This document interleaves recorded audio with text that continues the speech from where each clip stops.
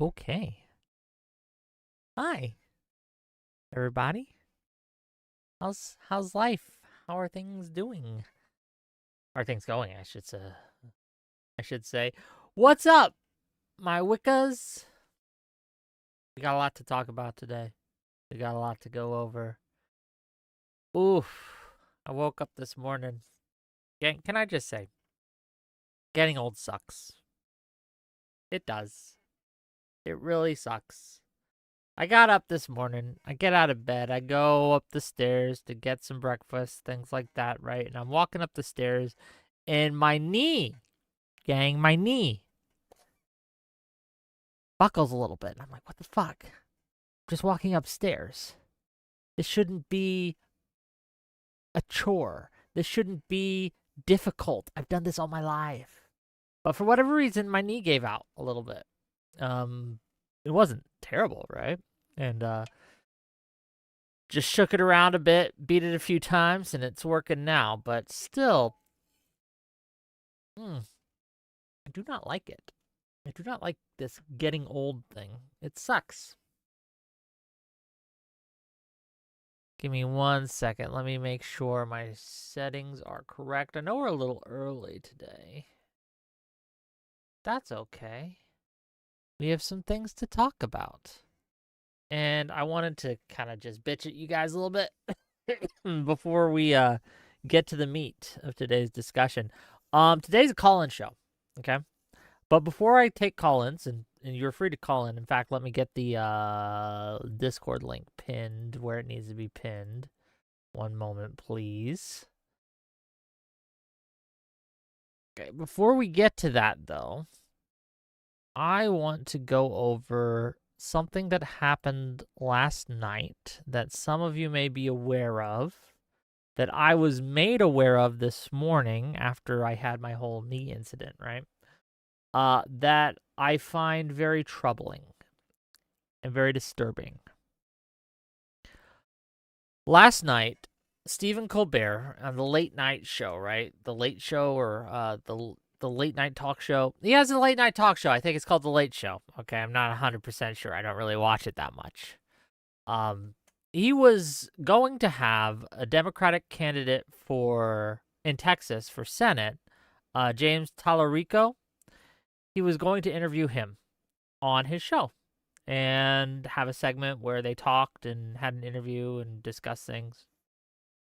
But as he made his audience aware, CBS's lawyers had called him and forbid him from having him on the show, at least during their normal segment, right? Because they were told that the FCC had basically issued new guidance forbidding him from having James Tallarico on the show, unless under a reinterpretation of the FCC's equal time rule. We're going to watch some of the segment, right? We're going to watch it in his own words, and we're going to talk about why this, in my opinion, is just another attack by the Trump administration on free speech, why it matters, why you should care, and why it's not going to be ever applied to the right, right? This will never be, under this administration, this rule that they have reinterpreted, and it just happened last month, not even a month ago, back in January, the end of January, 21st, I believe. Brendan Carr, the FCC chair, released this guidance, and we're going to go over that too. And it's specifically for only late night talk shows. It doesn't apply to right-wing talk radio or any of those programs. The guidance was released specifically for the late night talk show circuits.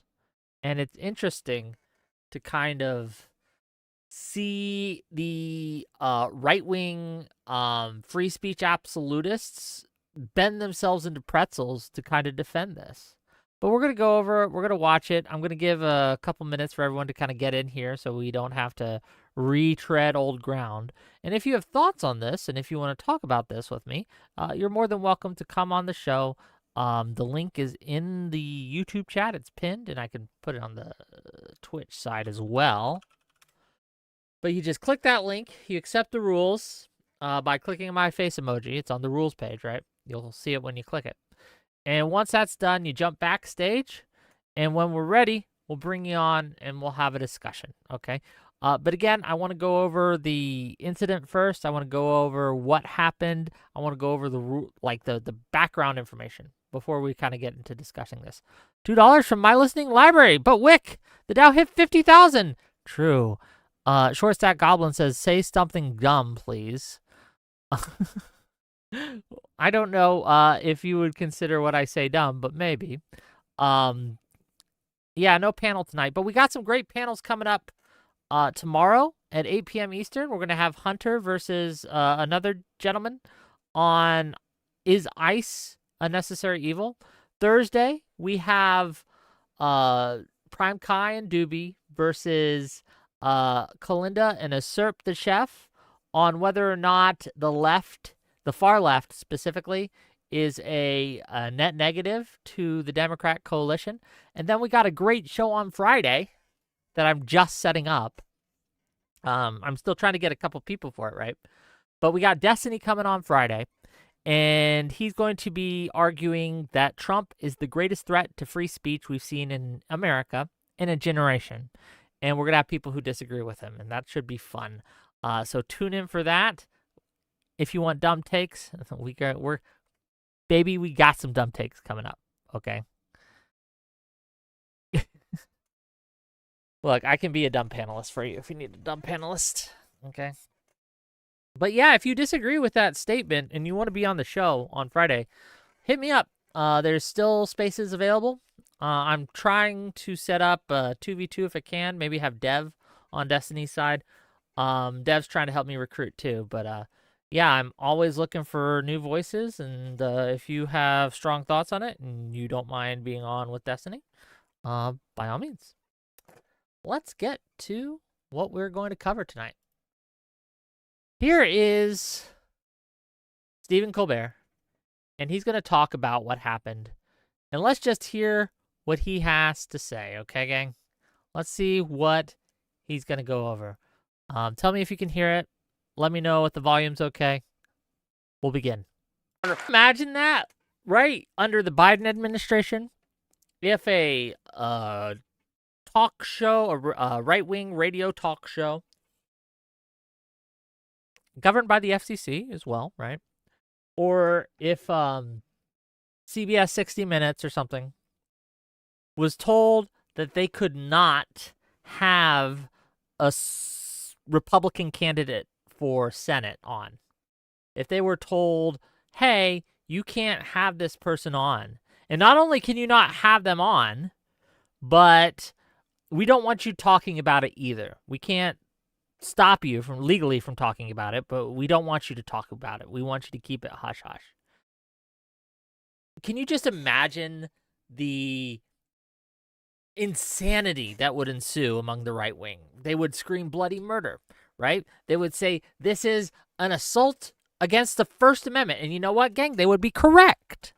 They would be correct to do that. That would be correct to freak out about that, about the government coming in and say, hey, I'm pressuring a company. To be clear, CBS is telling him this, but the reason CBS is telling him this, as we'll get to, is because the FCC basically threatened news networks, right? Cable news networks like CBS. Basically threatened them. It's like, if you do this, we're going to come after you. They've redefined their terms. They've redefined how they applied. They're applying certain rules in ways that haven't been done a single time in my lifetime. And yeah, let's keep watching. Sorry, I'm getting ahead of my... What it says. It says if a network has a candidate on, they have to at least provide the opportunity, if it's requested, for their candidate's opponents to come on. But there are exceptions to this rule. One of those exceptions being bona fide interviews. And that's always applied to things like the Late Show and other talk show style interviews. Always. At least in my lifetime. Maybe you can find something in like 1959 or some shit, right? But that's just been the way it's been interpreted and the way the rules have been implied. But it's not exactly as he's putting it out here, but we'll go over it and we'll get into the nitty-gritty. I'm just letting you guys know. Again, in the rule, there is no bona fide news interview. There's no, I guess, what do you call it? Wording suggesting that if there's partisanship within the news interview, that doesn't apply. It's just not true. But let's go through it. Where slow and steady wins. That's terrible advice. Okay, I need to get ad blocker. Okay. I don't give a shit about this. The timing could have been better here. Okay. Sorry. Give me a second. We'll get back to it. Okay. Here we go. We may watch it, gang, by the way. We may watch that. I'm not sure if we will, but we absolutely, I kind of want to, just because they don't want us to. Does that make sense? Right? And this is the problem with censorship in general. And this is kind of taking a step back just from the Trump stuff, right? But just in general, why censorship tends to backfire. It's called the Streisand effect, right? When you try to keep people from finding out information by silencing that information, it gives it a touch of the forbidden. And as we all know, that makes it juicy. It makes it, ooh, this is juicy. This is something I want. They don't want me to have this, and now I want it more, kind of deal, right? It doesn't tend to work that well. I mean, it can if you're willing to go like fucking whole hog with it, but it doesn't really work over a long period of time, right? It's a real problem. And this is kind of what's happening with the Tallarico situation, is that, and to be clear, there's several people who are at fault here. It's not just Trump. It's not just the FCC. I also blame CBS for this as well, because they're caving. And one of the reasons, or one of the obligations that people have, I feel, is to stand up for their rights. Because every time you give in and you obey in advance without being forced to, it just normalizes them being able to trample over other people's rights like this. So we need networks, we need corporations to start having a fucking spine. Okay? They did this Twitter back when it was run by Jack Dorsey. When Trump tried to really pressure Twitter to apply censorship how it wanted, Twitter stood up against them. They won a lawsuit back in 2017, again put out by the Trump administration, right, against the social media company. The problem is, though, that's been bought up by Elon Musk, who will just fucking do whatever the fuck he's told, right? And it's a real problem. But let's go back to what Colbert has to say, okay? Just kind of drives home that there is no kind of just bipartisan or nonpartisan idea of changing how things work. This is specifically designed to go after Trump's political enemies. It's like it's like if you made a law against wearing crosses, okay? That no one could wear crosses. And you claimed, well, no, it's not an anti-Christian law because it applies to everyone, right? No one can wear crosses. No one. No, it's specifically designed to be prejudicial against a certain type of person that engages in a certain type of activity. But this is even worse than that, right? It's even worse than that. It's them saying, everyone but Christians are allowed to wear crosses. It's that style, right? Everyone but late night talk show hosts are allowed to violate, or not even violate, right? The standards that we always applied for our entire existence aren't changing for anyone else except for this very specific group of people.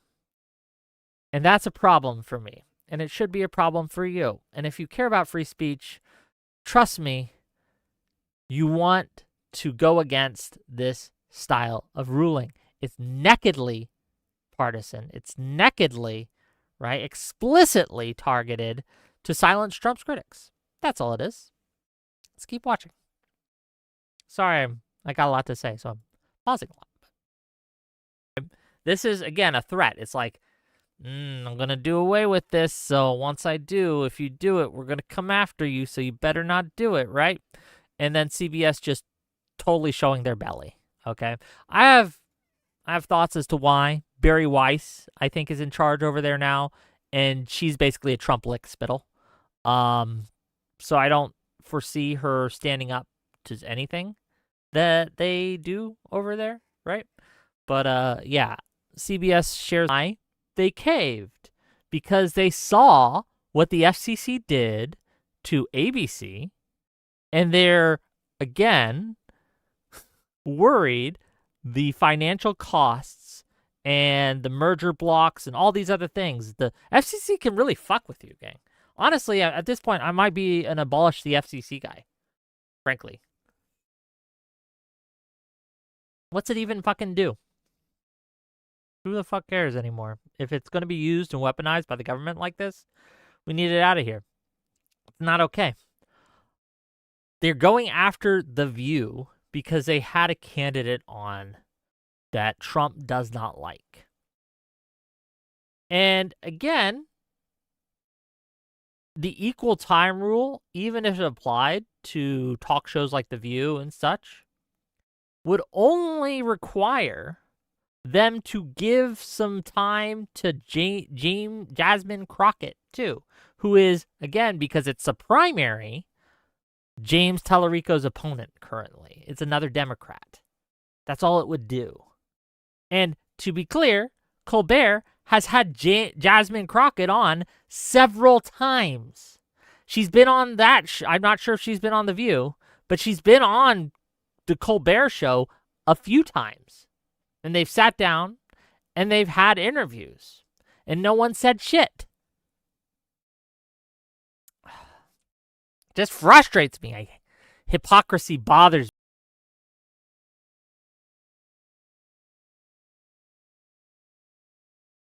The FCC won't let Dems be. This isn't the first time that they've fucked with us, right? They've gone after Jimmy Kimmel. You guys remember that? Apparently, they are suing or investigating The View. Again, Trump is weaponizing the government, is weaponizing these institutions, appointing lickspittles into these institutions in order to target his political enemies. It is a gross violation, a threat to your First Amendment protected speech rights. I don't want a world where the government can come down on you because you happen to have a candidate on to talk to that candidate, to interview that candidate that they don't like. And again, this is a one-sided, a one-way enforcement. They will never bring this hammer down on right-wing talk radio, even though it is governed by the same rules under the FCC, at least in theory. But they'll never bring suit against the talk radio. And they will only use it to try to pressure networks in order to not have Democrats on. And the networks know this. The networks know that their livelihood, their finances, depends on the FCC to a certain extent, right? Because the FCC can block mergers or acquisitions. And this was a big thing during the Jimmy Kimmel thing, right? When they fired Jimmy Kimmel for a while before it tanked their ratings and it tanked public perception. And so they did buckle in, right, and give in eventually. But it took a huge public backlash for that to happen because corporations only care about one thing. They care about their pocketbook. I'm asking them to care about rights as well. And I know that's a tall ask and a tall order, but you absolutely need to start standing up for your constitutional rights. Otherwise, they will continue to push and they will continue to strip away the protections that guarantee you have the right to say what you want and say what you think. And again, this isn't being equally applied. It's a very new rules change, and it is specifically designed and targeted at a single sector as opposed to all of the everything under the umbrella of the FCC. It's really, really bad. Why Tallarico specifically? I could venture a guess. I could venture speculation. Right? I think that they're very, very scared of Texas turning blue. I think they're very worried that Texas is going to lose a Senate seat, right? And that the Democratic candidate is going to win in Texas when it comes to the midterms. They're very frightened of that. And I think that they consider James Tallarico a much larger threat than they do Jasmine Crockett. That's my guess. And to be clear, that is a guess. I am speculating, but that is my read on it, right?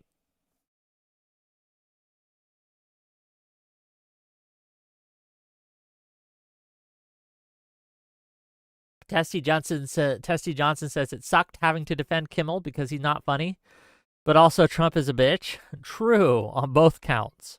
Look, I don't care if you like The Late Show. I don't care if you like Colbert. I don't care if you like Kimmel. I don't think Kimmel's funny. I think he's kind of boring. I don't watch these shows. I think they're kind of boring, frankly. But if I don't stand up for the boring shows, who am I going to stand up for, right? Your rights do not depend on how funny you are, or how entertaining you are, or how likable you are, or whether or not I agree with you. If the government is trying to strip your rights, I will defend your rights. I took an oath to defend the Constitution, and this is one way, and frankly, the only way you can successfully do that is when you stand up for people you like and you stand up for people you don't like. The rights that you only grant to people you agree with are no rights at all. And we have to stop this double standard that happens continuously.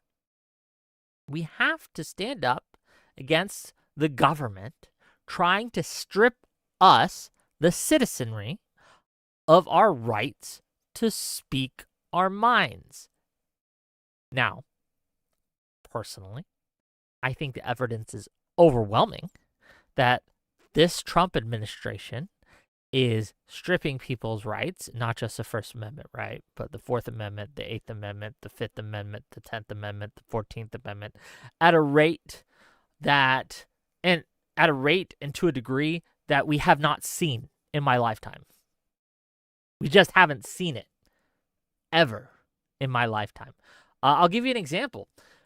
Can you guys name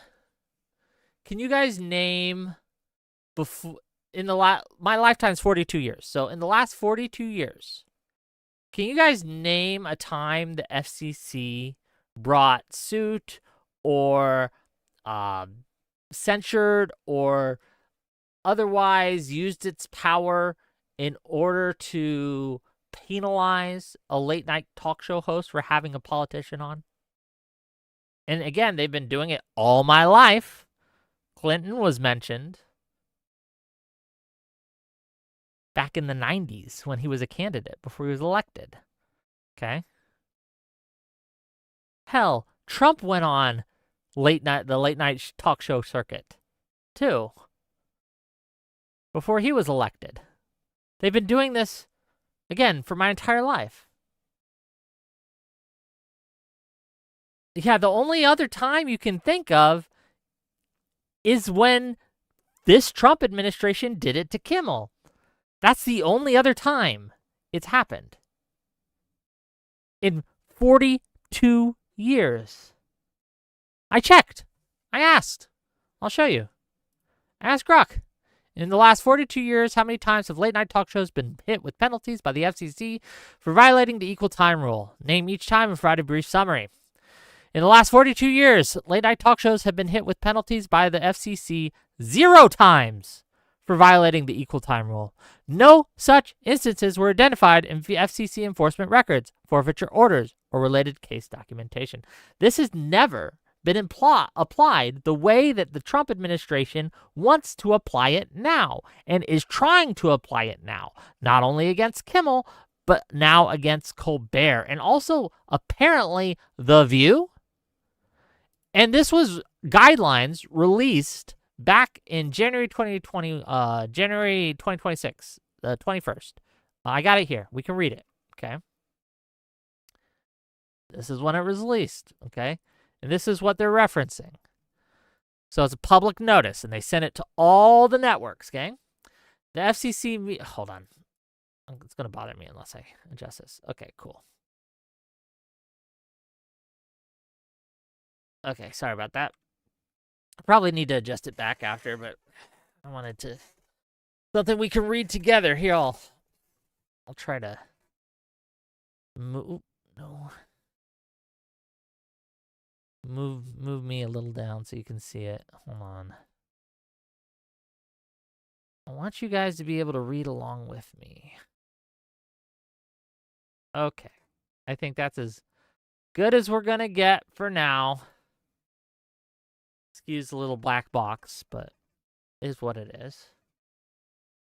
Okay, so the FCC Media Bureau herein provides guidance on the application of the statutory equal opportunities requirement and the bona fide news exemption to broadcast television stations, including their airing of late night and daytime talk shows. So again, this is specifically released, specifically referring to and targeting late night and daytime talk shows on broadcast television. They're not going after, and we're going to read something about that later, but they're specifically not going after talk radio on this.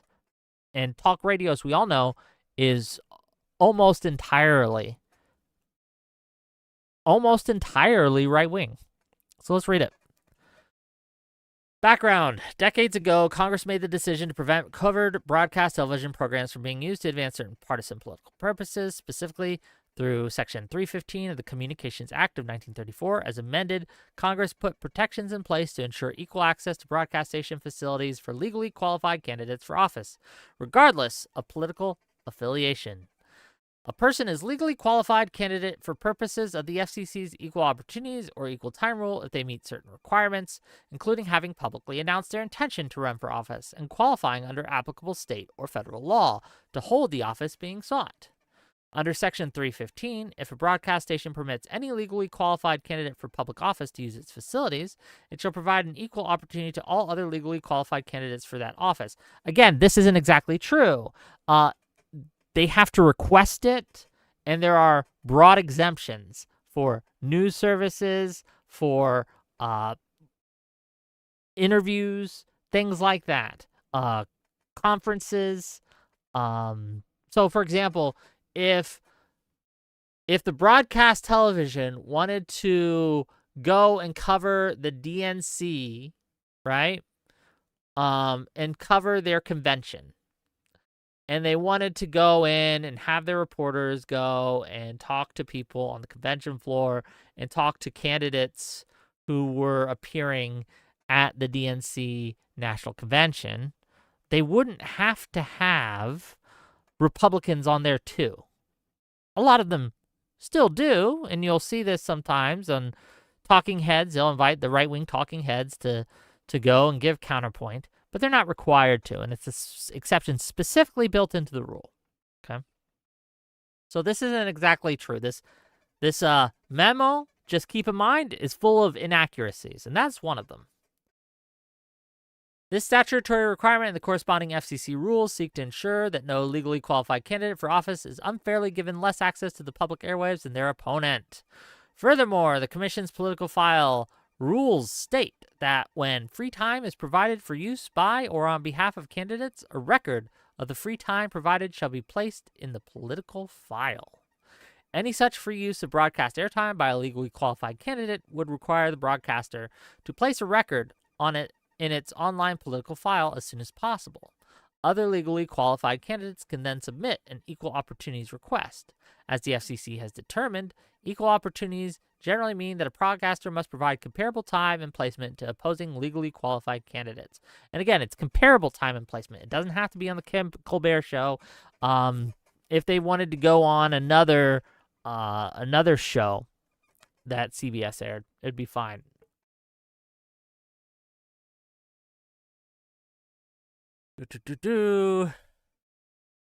Adherence to these requirements is central to a broadcast licensee's obligation to operate in the public interest. In 1959, in an effort to increase news coverage of political campaign activity, Congress adopted certain limited exceptions to the equal opportunities requirement. And again, remember, in the 1934, they made this rule, but airwaves just stopped covering politics a lot, right? Because these rules were onerous. If you wanted to talk to a politician, having to always provide their opponent with equal airtime, even if they weren't equally interesting to you, was onerous. And so knowing that, in 1959, they provided certain exceptions that allowed for more coverage, especially if there was like a scandal or something, right? Specifically, Section 315 was amended to exempt from the equal opportunities requirements appearances by a legally qualified candidate on any 1. Bona fide newscast, 2. Bona fide news interview, 3. Bona fide news documentary if the appearance of the candidate is incidental to the presentation of the subject or subjects covered by the news documentary, or 4. On-the-spot coverage of bona fide news events, including but not limited to political conventions and activities incidental thereto. So, just for your information, gang, okay, in case you did not know, this is what has protected and covered late-night talk shows. Their interviews. They're bona fide interviews. And if you've ever seen them, they ask some questions. Sometimes it gets heated. Sometimes it does not, right? If you've ever seen this on The Late Show do you remember who was the guy who interviewed Donald Trump on The Late Show? Or the Late Show equivalent of whatever broadcast station that was. You guys remember? What's his name? It's gonna bother me. He ruffled his hair. Do you remember that?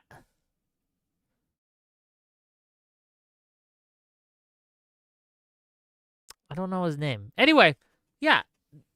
Because it was an actual interview, right? It didn't have to provide equal opportunity or whatever, or equal time. And this has been since forever, in my lifetime, how this has worked. Again, they're releasing this memo because they are changing how they are applying their standards. They're changing their definitions. And the reason that they're changing their definitions, the reason they're changing their standards, the reason that they're doing all this is to target Trump's political enemies and make it much harder. As Colbert said during the clip, right? All Trump does is watch TV. And he gets mad when he sees people being mean to him on TV. And so he is weaponizing his institutions that he controls because he is a president of the United States and pressuring them and forcing them to adopt certain policies and practices that are unique, that go against precedent, decades of precedent, that are, again, specifically targeted only towards the left, never to the right. Carve-outs are made for the right, while the left faces the law, such as it is. They are throwing up obstacles to the left that they are not to the right. And they're doing it purely for partisan motivation.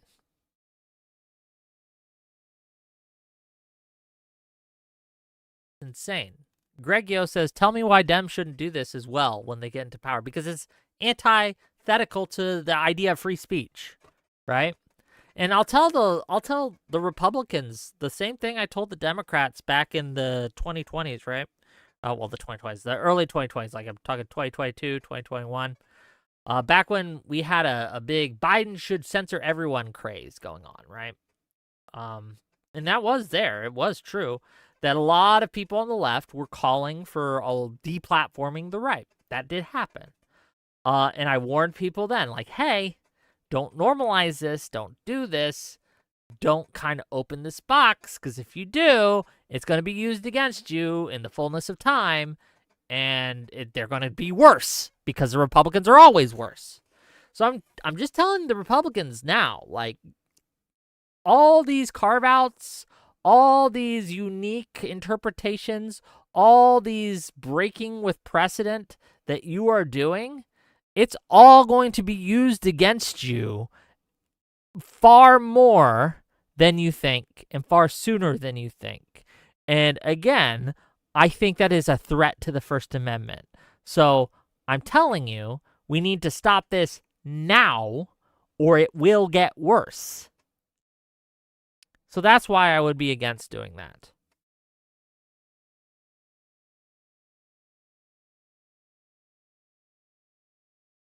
Every weapon you think will only be used against your enemies never is only used against your enemies. And I don't understand why people don't understand this, right? When you set a precedent, the other side will take it and run with it and use it against you far more than you think that they will. So why shouldn't the Democrats do this more? One, because it's morally wrong to do. And two, because it's just going to create and perpetuate a cycle of revenge that everyone goes down. So again, we need to stop this now. Because Trump's already worse, far worse than any Democrat has ever been.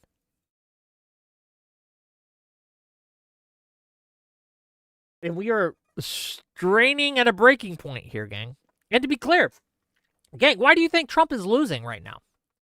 It's because he ran initially when he promised, I'm going to be a moderate. He actually did run to the center on several policies, okay?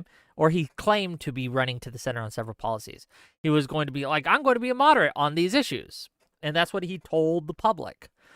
It turns out that was bullshit, okay? Here, I got a quote for you. Give me a second. I got a quote for you to illustrate my point. This is what Trump said on the campaign trail in 2024. I'm going to quote it to you, okay? He declared he would sign an executive order to immediately stop all government censorship and bring back free speech to America. And this is a quote. Never again will the immense power of the state be weaponized to persecute political opponents. Something I know something about. We will not allow that to happen. It will not happen again. Under my leadership, we will restore fair, equal, and impartial justice under the constitutional rule of law. That was what he said he would do. And as you all know, because we live in reality, that is the exact opposite of what he actually did do. And that is why people are running away from him and why the Republicans are going to get thrashed in the midterms, is because while he might have ran as a moderate on these things, as a proponent of free speech, his governance belies his words, right? It gives the lie to what he said. And people are seeing what he's doing and saying, oh, that's the exact opposite of what you said you would do. And they're all turning against him, okay? Except for his fucking cultists, okay? But everyone else against him. Everyone else hates this shit, okay? And that's why he's going to lose in 2026. Absolutely. So that's why we shouldn't. So even if you only want to look at this from a pragmatic perspective, okay, the reason Democrats shouldn't do this type of thing is because this type of thing makes you lose elections. If you engage in governance this way, the people don't like it. The people will vote against you. The people will remove you from power as much as possible. And the way that that's possible in the midterms is by taking away your control of the House and quite possibly control of the Senate as well.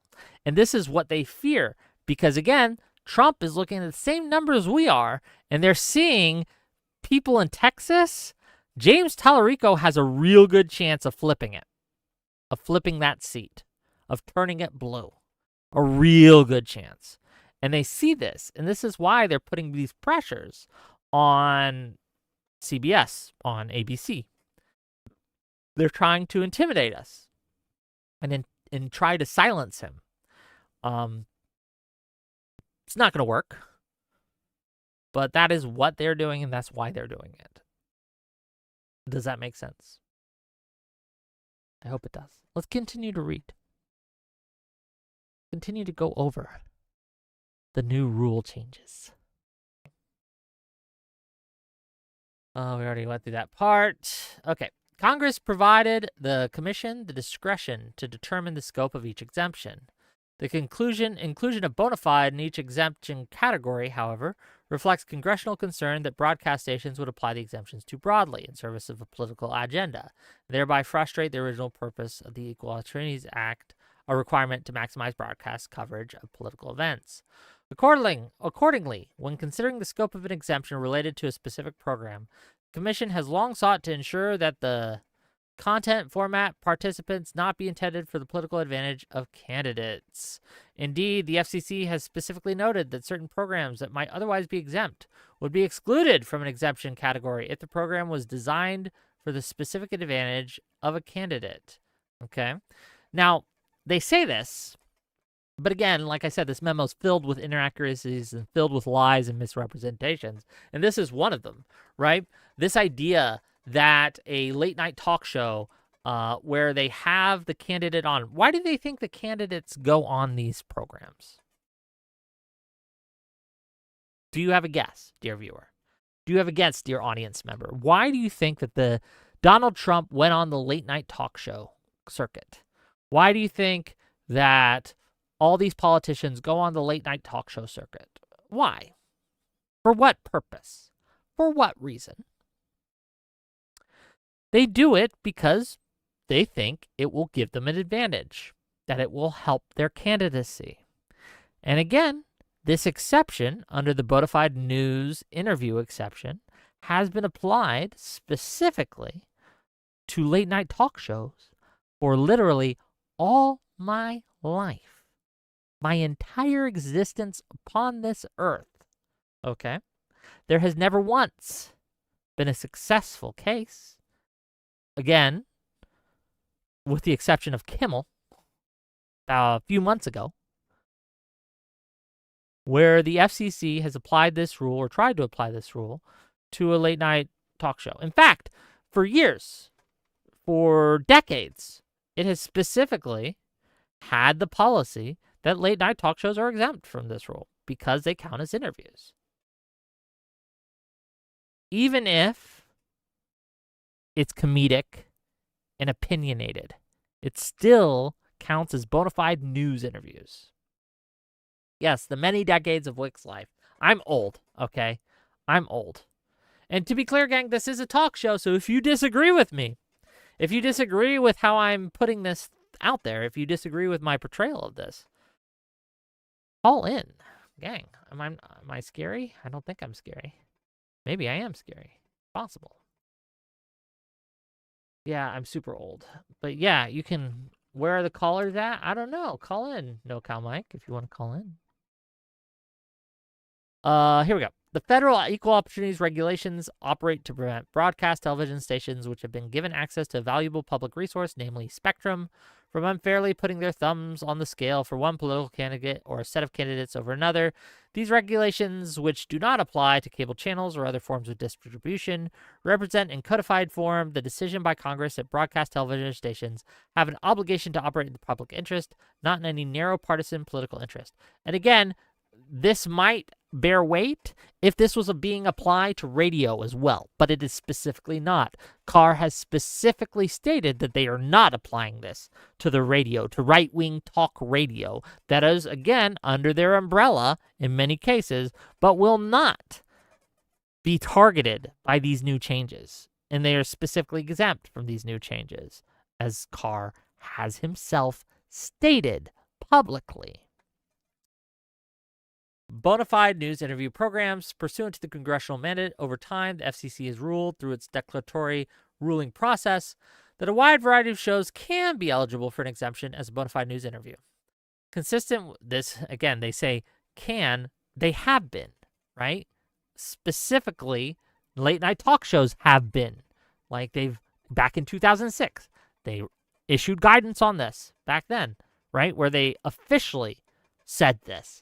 But they had been in practice doing this for decades before that, right? Consistent with the legislative history of Section 315, the Commission considers the following factors in determining whether a program qualifies as a bona fide news interview program. 1, whether the program is regularly scheduled. The late night show is. Whether the broadcaster or an independent producer controls the program. They do. Okay. And whether decisions on the content, participations, and format are based on newsworthiness rather than partisan purposes, such as an intention to advance or harm an individual's candidacy. And again, these are based on newsworthiness. James Tallarico running for Senate and having a real chance of winning is newsworthy.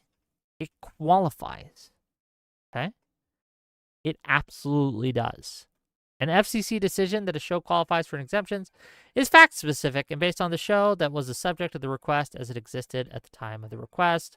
In 2006, the FCC's Media Bureau determined that the interview portion of The Tonight Show with Jay Leno qualified for the Equal Opportunities exemption as a bona fide news interview. And again, they're going to lie here because, again, this isn't true either. This was the first time that such a finding had been applied to a late-night talk show, which is primarily an entertainment offering. That's not true.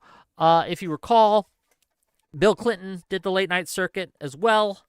I think both times. I know the first time initially. That's why we got him playing the sax, right?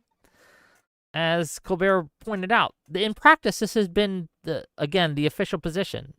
This is just how it's been applied for, again, my entire lifetime. So this idea that this was a new thing in 2006 is just not true. This decision was also contrary to a 1960 commission decision that declined to make such a finding regarding the Jack Paar program, which also referred to as the Tonight Show. I have known nothing about the Jack Paar program. That might be true, but okay. In 1960, they may have done it that way. But my entire life, they've done it the other way. Jack Paar was the first host. And I don't know if this is being accurately represented either. They have a footnote to the 19. Angelides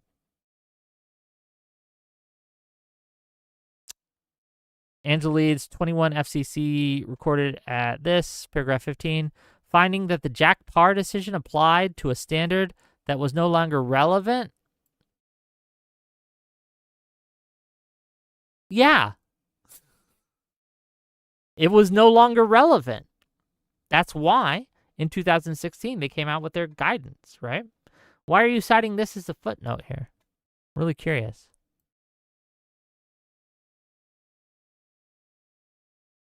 Concerns have been raised that the industry has taken the Media Bureau's 2006 staff level decision to mean that the interview portion of all arguably similar entertainment programs, whether late night or daytime, are exempted from the Section 315 Equal Opportunities requirement under a bona fide news exemption. This is not the case. As noted above, these decisions are fact-specific and the exemptions are limited to the program that was subject to the request. Once again, in my entire history of existence, And I have existed alongside partisan cable news shows such as The View, right? It's always been applied this way. It's always been applied where they're allowed to have candidates on and allowed to interview them. That's always been the case. It has never, not once, not a single time, except for the Kimmel thing, which was by this same administration, right? Who's changing the rules, who's changing how these things are applied, who's redefining these definitions for partisan, nakedly partisan purposes. My entire existence, never, not once, have they hit a late night show or a talk show with these kind of accusations, right? Or penalties, if you will. Not recorded, at least. Not that I could find. Not that AI could find. I just don't see it. Importantly, the FCC has not been presented with any evidence that the interview portion of any late night or daytime television talk show program on air presently would qualify for the bona fide news exemption. Again, that's not how this works. You don't have to provide evidence that that the exemption applies to you. They have to, because they're breaking with precedent, supply evidence that it does not. Moreover, a program that is motivated by partisan purposes, for example, would not be entitled to an exemption under longstanding FCC precedent. Any program or station that wishes to obtain formal assurance that the equal opportunities requirement does not apply, or in whole or in part, is encouraged to promptly file a petition for a declaratory ruling that satisfies the statutory requirements for a bona fide news exemption. There's no way that they're filing these asks because, one, networks are cowards, as we've gone over, right? They will bend to whoever's in charge. And two, the CBS specifically is under the control of Barry Weiss to a large extent. And Barry Weiss is a Trump lickspittle. She's a bootlicker, gang. She's a fuss away. Okay, have you guys been watching the A Night of the Seven Kingdoms show? You guys watch that at all? It's a great show. I really liked it. It's got one more episode, I think, in this season, but it's a banger. Okay, it's great. It's amazing. You guys should check it out. One of the characters is a turncoat in the show, Fossaway, okay, who promises aid and then turns their coat, right? Yeah, that's what Barry Weiss is. Someone who said, "Oh, I'm for free speech." As soon as Trump starts censoring the enemies that she wants him to censor, right?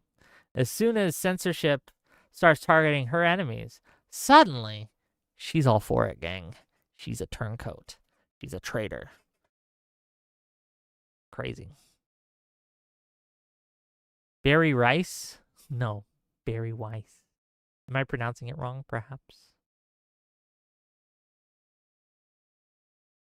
Debate board, you keep talking shit. Come on my show. Frank, if you think I'm wrong, come on my show. This is a bona fide news interview. It qualifies and has qualified for my entire life. This has been how they've applied this standard for my entire life. If the Trump administration is trying to change the definitions, they're trying to change how this standard is applied in order to target their political enemies. And they're only doing it for late night talk shows and daytime talk shows on broadcast television.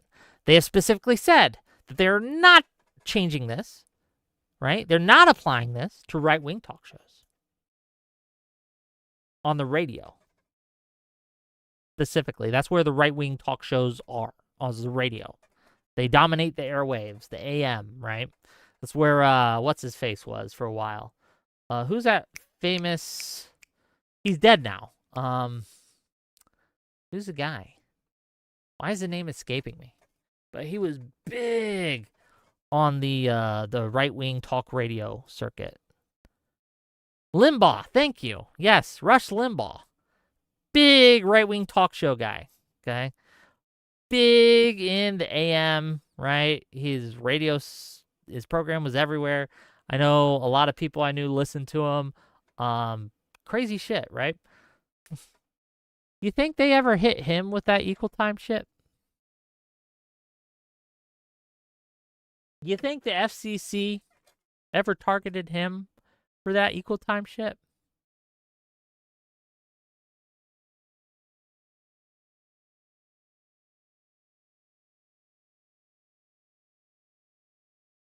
Reason they didn't. He was awarded the Congressional Medal of Freedom. True. They gave him an award. They gave him a medal.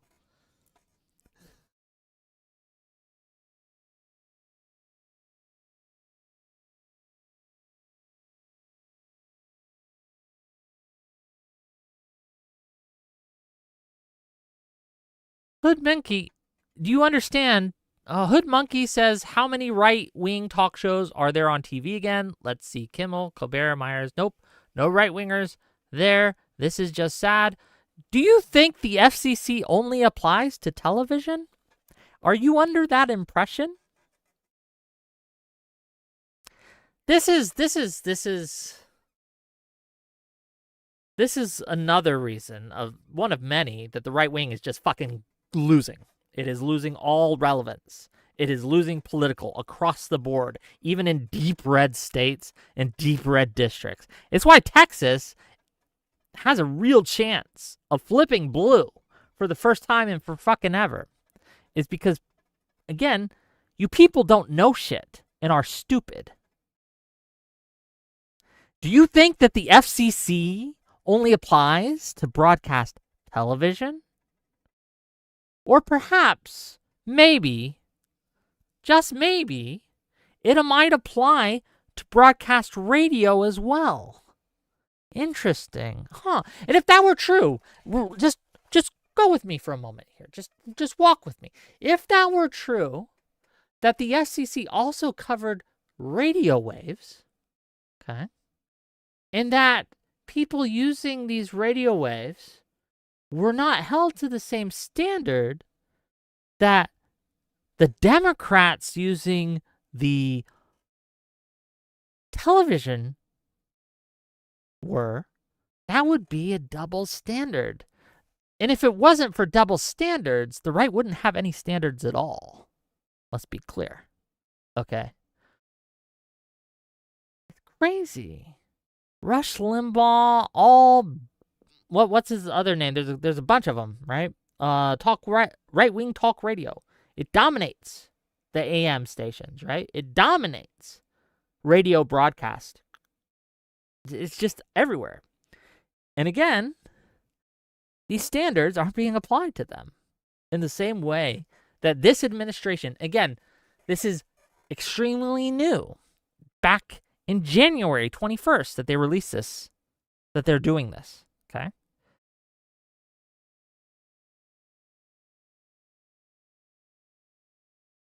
It's just naked partisanship, and none of you give a shit. And that's okay. But don't come complaining to me about free speech ever again, because you don't believe in free speech. If you only complain about free speech when it's targeting you, and you cheer it on or justify it when it targets your enemies, then you don't care about free speech. You're just playing team sports. And that's fine, I suppose. You can do that, but you don't get to LARP as a free speech absolutist or a defender of free speech or even someone who's interested in the Constitution at all. You're just a naked partisan team sports player, which is fine, but that's what you are, and that's how you will be treated, right? And that's how much I will take, how seriously I will take any of your input. That's it. We got a caller, gang. Let's get the caller on. Hello, you're live. Oh, give me a second. Hello, you're live. Is my mic working? Hello, hello? It is now. What's up? Hey, so this might be interesting or it might not. It's very tangential to what you're talking about today, but it's something that I've been going through for a while, where I am struggling not to just see the actions of the administration and their spokespeople as just evil. Like a lot of them are. no, I'm not talking a lot of them. I mean all of them. All is a big word. I would grant you many but are. I mean Yeah. So basically, like, it's like at the point where that's just my epistemology, Well, can you give and I'm me like, like some specifics so maybe we can dive into it? What are some of the more evil things that this administration does, or what are some of the things that this administration does that you would consider evil, right? sure. I mean, like, you just covered free speech restrictions, so I'm not going to get into that. The military actions that they've taken were, I mean, like they were just killing people in boats with no evidence. That would be evil, I Yeah, would say. fair. Uh, Giving pardons to people that committed violent crimes against the government and on behalf of this administration, I would consider evil. So the January Um, 6th pardons you're specifically there's referring to? more than just that, but yeah, I mean, like, we could go through the list. Yeah, There's well, just out of curiosity, when I think of pardoning people who were violent on the behalf of Trump, the only thing I can think of off the top of my head is the January 6th rioters. Um, do you have any other examples? I'd be curious. uh, I could get them for you if you want, but like off the top of my head, no, it would take me a few minutes. Would you Sure, want me I to would hang like up to know and that just for my own edification, honestly. do you So want me if to you hang up can, and after just we send you talk, links or? yeah, after we talk, just DM them to me, please. Okay, sure. Yeah, and it's not like necessarily exactly on Trump's behalf, but on behalf of the, I guess you would call it, authoritarian project. I'll get you a few. Yeah, give me a few Um, just so I can. I'm yeah, curious what you and mean if I'm there, and full I of have if to I'm look at full it. of But I don't shit, want to. I don't want to get bogged down in this specific point, right? Because I generally yeah, agree that I think the January 6th insurrectionists that were pardoned, the violent ones, are covered by what you just said. So I don't really need more examples. There was like 1,600 of those, so that's a lot. sure. Like just one that came out today, the basically overthrowing of states' rights to regulate prediction markets. I mean, I think that would be federal overreach for the purpose of destroying people's lives through gambling. So you I would mean, that's like consider more that roundabout. evil? That's an interesting one. I don't know if I'd consider that evil necessarily. Evil might be too strong of a word, Yeah. maybe. But when you consider the fact that they are directly financially incentivized to promote those businesses, Oh, sure. Yeah. and If your idea or what you're saying is that they're doing it to enrich themselves and are doing it specifically to destroy lives so that they get rich, then sure. If you see that as that, then I can see that being called evil. Sure. so where I'm at with it, I don't I don't know if in like the absence of other information if I would consider it evil. That's what I want to talk about. Is like I feel like I'm being epistemically poisoned. Where like because of how much bullshit is going on, I look at something like that and I immediately come to that conclusion because of all of the other evidence of graft and self-dealing and I blah blah understand. blah. Well, Yeah. do you think that look, I don't know if I even agree that that would be a problem. I think that that's just seeing reality and having basic pattern recognition skills, right? Okay. Because you're normally Mr. Moderate guy I in that what is the I've. moderate position, to be clear. That oh, all these things are happening. The moderate position, like what makes me moderate, is what I want to do about it, compared to someone like Steven, right? Like Destiny. Mhm. He advocates for things that I would consider very extreme. In response to this, my response to this is is much more moderate. So that's why I would be considered moderate, not because we disagree with what's happening, but because we disagree with what we want to do about it. Does that make sense? Not really to me. Why not? Uh, I feel like if you're at the point where you're considering your political opposition to be evil,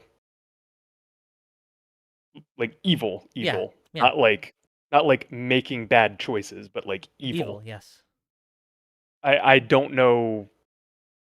yeah, I don't know what there really So, is past that point. well, let's talk about it because I think this is important to discuss. I think I so too. I think that for me, when I look, what should we do about someone who is doing evil? A lot of factors come into play. And in the context of politics, right? I think that there are certain actions that you could take to try to stop evil, such as it were, that would be evil as well. And I don't think that simply one person or one group of people being evil justifies us doing evil back at them. Does that make sense? Can we start there? I understand, and it does make sense. The So what you're saying is consequentially you don't want to become the thing that you're fighting. That is one And that's a that and there's a pragmatic side too. So I have two hackles on this. One is moral, one is pragmatic. But I'm going through the moral one first. the moral, I think I agree with you. The pragmatic, I think we're going to disagree because like I'm seeing things that are going to lead to a hard wall of what can be accomplished pragmatically. Sure. I think pragmatically, here's the deal, right? I think that the pragmatic argument, I made it earlier, but I'll make it again, is that Trump and how he is acting, his administration, how he's governing, how he's directing his institutions, and how he's putting policy into place and how he's executing that policy, right? He is the executive branch, are all evil, right? And they are all turning voters against him in record numbers. Okay. They are going to lose the midterms and not by a little. MAGA is destroying all the goodwill it's built up, all the trust that people have placed in it for whatever reason. It is running through that really quick. And the only people left are cultists, basically. If we were, in order to stop that, to govern the same way or in a similar fashion, I think this result for us would be the same, where we would lose power, that the public would run away from yeah, us. no, I agree with that. I disagree with 2026 and 2028. I think we're further down that pipeline. But I hope I'm wrong. What do you mean by you disagree? You don't think we're going to win 2026? I doubt it. I hope Really? I'm wrong. Why? Well, let's just put it this way. I pray every night. Too big to rig. Okay? Too big to rig. Okay, so you think that they're going to actually try to steal the election? I mean, they might. Yes. Trump has done it before, right? It's not like he hasn't he's tried. Signaling that he's going to do it again. I agree with that. I don't think that he will succeed. One of the problems with trying to rig an election is that our election system in the U.S. is remarkably resilient against that kind of thing. It needs a lot of people to go along with it. Yeah, it requires so many moving parts, and you have to do it like because we have such a segmented system. You have to really figure out where you need to target well ahead of time, which county, right? And they all do their elections slightly differently. They all have slightly different policies. They all have slightly different ways of how they do these things. And it becomes remarkably hard to try to rig overall an election for that logistical reason, as well as what you said, where you just have to get so many people to go along with it and not say shit about it. One of the biggest threats we're seeing along those lines is the federal government right now is trying to federalize the elections, right? That's one of the things that Trump is doing. I don't think he's going to succeed at doing that, right? And one of the reasons he's doing that, to be clear, is so it's easier to rig. That's why he wants the federal government to be able to go through states' voter rolls or specific counties' voter rolls and tell them who to purge and who not to. Right. We're looking at specific Yeah, exactly. Yeah, I think we agree. Yeah. Um, So I just don't think that's gonna. I don't think he'll be successful in that. I don't disagree with you that he will probably try. I just think he's going to fail. I hope you're right. I think that's probably where most of the disagreement would be. Okay. To be clear, if they do rig the election, that justifies a January 6th like event, right? January 6th is only bad because the election wasn't stolen in 2020, right? If the election was stolen in 2020, then sure, they'd have justification to do what they did. Well, yeah, it's what I tell people is be ready and also have a passport. Because one way or the other, it could get Well, very you're bad going to very need a quickly. passport to register to vote if they pass this SAVE Act. I know. Um, While they're also closing down places where people can get passports. It's lovely. the funny thing about that is, and I don't think they've kind of put this into their calculation, is that most people who have a passport are Democrats by Well, a large margin. I think so too. And so that might bite them in the fucking ass. It's still wrong, even though it would benefit us. It's still like wrong for a few reasons, right? That Well, I don't it's the think we need to same go as through. like the redistricting stuff that they were pushing for was wrong, and then the Democrats just were like, "Fine, we'll just play by those rules for this election cycle." Yep, and it's not working out for them. Yep, hopefully. Yeah. Okay. Look, you know, hopium. One more thing though, One more thing, and then I got please. another caller I want to get Yeah, to. please. I want so badly for you to host an all Republican immigration debate.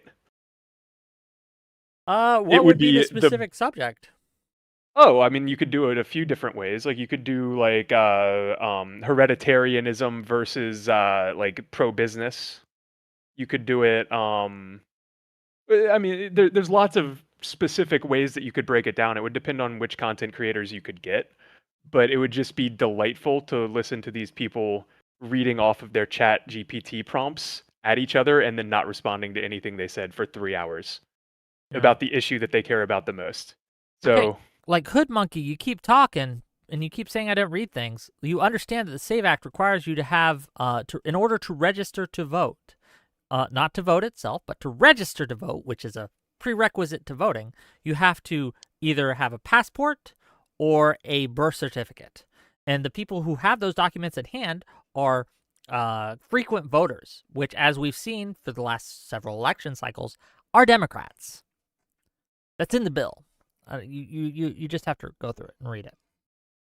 Anyway, sorry, well, but thanks for anyway, calling in, no, man. that's I good. will I try think to we see what I can about doing an all right-wing immigration debate. It might be interesting. it would be good memes But anyway. yeah, But I'll put I'll see about getting you some more examples on the pardons too. please do anything non-January 6th related that they were doing violence in Trump's behalf or authoritarianism's behalf or whatever. Send them to me. I want to read them and I want to check them out. But thanks for Absolutely, being and here, just okay, man? DM it to you, I guess. Sure. Yes. DM it to me Okay, on thank you Discord. very much for your time. Have a good evening. You too. Yeah, gang, we can't lose hope. One of the goals that they want to do, one of the things that they want to do to you is demoralize you. You can't let them, okay? If the vote is free and fair, we win. Hands down. No question. Okay? At least if the vote were held today. Never underestimate Democrats' ability to fuck things up, okay? Something crazy could happen between now and November that changes the calculus. But as of today, we're going to win the Senate. We're going to win the House. That's what all the data points to.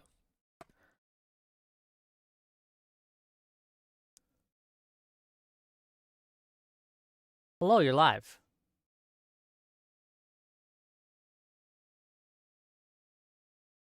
Hello, you're live. Trying to talk, we can't hear you. Hey, what's up, man? Oh, there you are. What's up, man? What do you got? Okay. So I wanted to make it clear off the bat that I agree with you generally. Like what happened is bad. I don't want something like this to happen. Like if Stephen Colbert is taken off the air, that would be bad, right? So I agree with you generally, but I've been going through this in my own head and wanted to talk to you about it. Where I'm definitely not a free speech absolutist. I think the laws and regulations for, libel, for example, are pretty sound and reasonable. But I generally try to err on the side of free speech. Like if there's not an overt harm that can be proven by speech, then it should just default to When it being comes as to free as possible. when it comes to libel, one of my problems with slap laws, basically, which is slander, libel, etc., Yep. libel, is that they're almost always used by politicians to silence critics or powerful people to silence their critics, and I understand why they exist. I'm not necessarily against them. I just see the application being the powerful silencing the less powerful. And Do I you don't feel know if that we're way in about what happened with the Fox News Dominion lawsuit? the Fox News, Dominion lawsuit. Yes, that wasn't the powerful silencing the non-powerful in that case. That was the Dominion voting company going up against Fox News, cable news, which is a huge program, and getting them for like $700 million. But the only reason that they were able to do that is because they had documented evidence that Fox knew it was lying, right? Yes, I'd hope that in any case where libel is being prosecuted, that is the case, right? I would Yeah, hope but that you need one of the evidence. things is a lot of people settle, or a lot of people will withdraw their statements that they're making before it ever gets to court, because again, the average person can't afford these kinds of lawsuits. They can't afford to go to court over these things. They will lose Sure. simply because they don't have the funds. So a lot of times will happen is that a powerful person with a lot of money will leverage that to threaten people with lawsuits, saying, withdraw this statement or I'm going to sue you into oblivion, right? And Yep. even if what the person's saying is true, they're likely to want to withdraw their support for their, like, they'll usually buckle under that, right? Because it's a hard thing to go through and risk having the lawsuit not go your way and then being liable for all those fees. It sucks. Sure. Yeah, and I totally acknowledge that, right? And I would hope that we reanalyze those laws every time something comes up that kind of puts question marks in our head, right? And that we like get closer and closer. Because I will say, like just straight up, the Fox News Dominion thing needed to be able to happen, right? If there was no law that stopped Fox News from knowingly lying, that would be a bad thing. Do you agree with that generally? Yes, with qualifications, but I think this is beside the point, so I want to get to your point. Sure. Yeah. I could speed just run yes, through the for rest the of my sake of point. argument. Sure. Yes. Sure. So let me give you this little background. When as just a bystander, I'm not on social media very often. I've never had my speech tampered, so I don't have like a dog in this race as much as maybe some other I people can do. mute you right But now if you wanted. Then you can say sure, whatever. and I get it. But so when I look at something like Twitter, when they were doing they started doing the fact checks or the community notes or whatever it was called, right?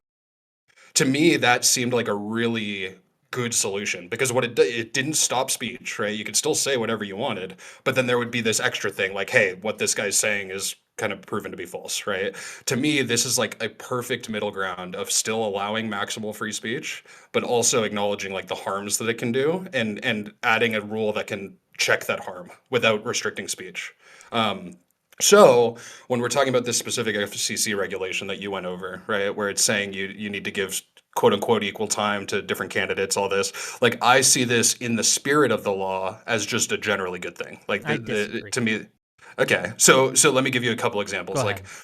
if you have a millionaire candidate against a Zoran Mamdani type guy, self-funded, all this, there's a worrying world where that guy's able to just pay for all the advertisement and recognition and interviews, and the other guy just can't get on anything and can't get his voice heard at all. Do you see that as bad? I don't think we live in that world, though. And I'll give you some Okay. examples. Like the Democrats in 2024 massively, and I'm talking massively, outspent Donald Trump. They lost the election.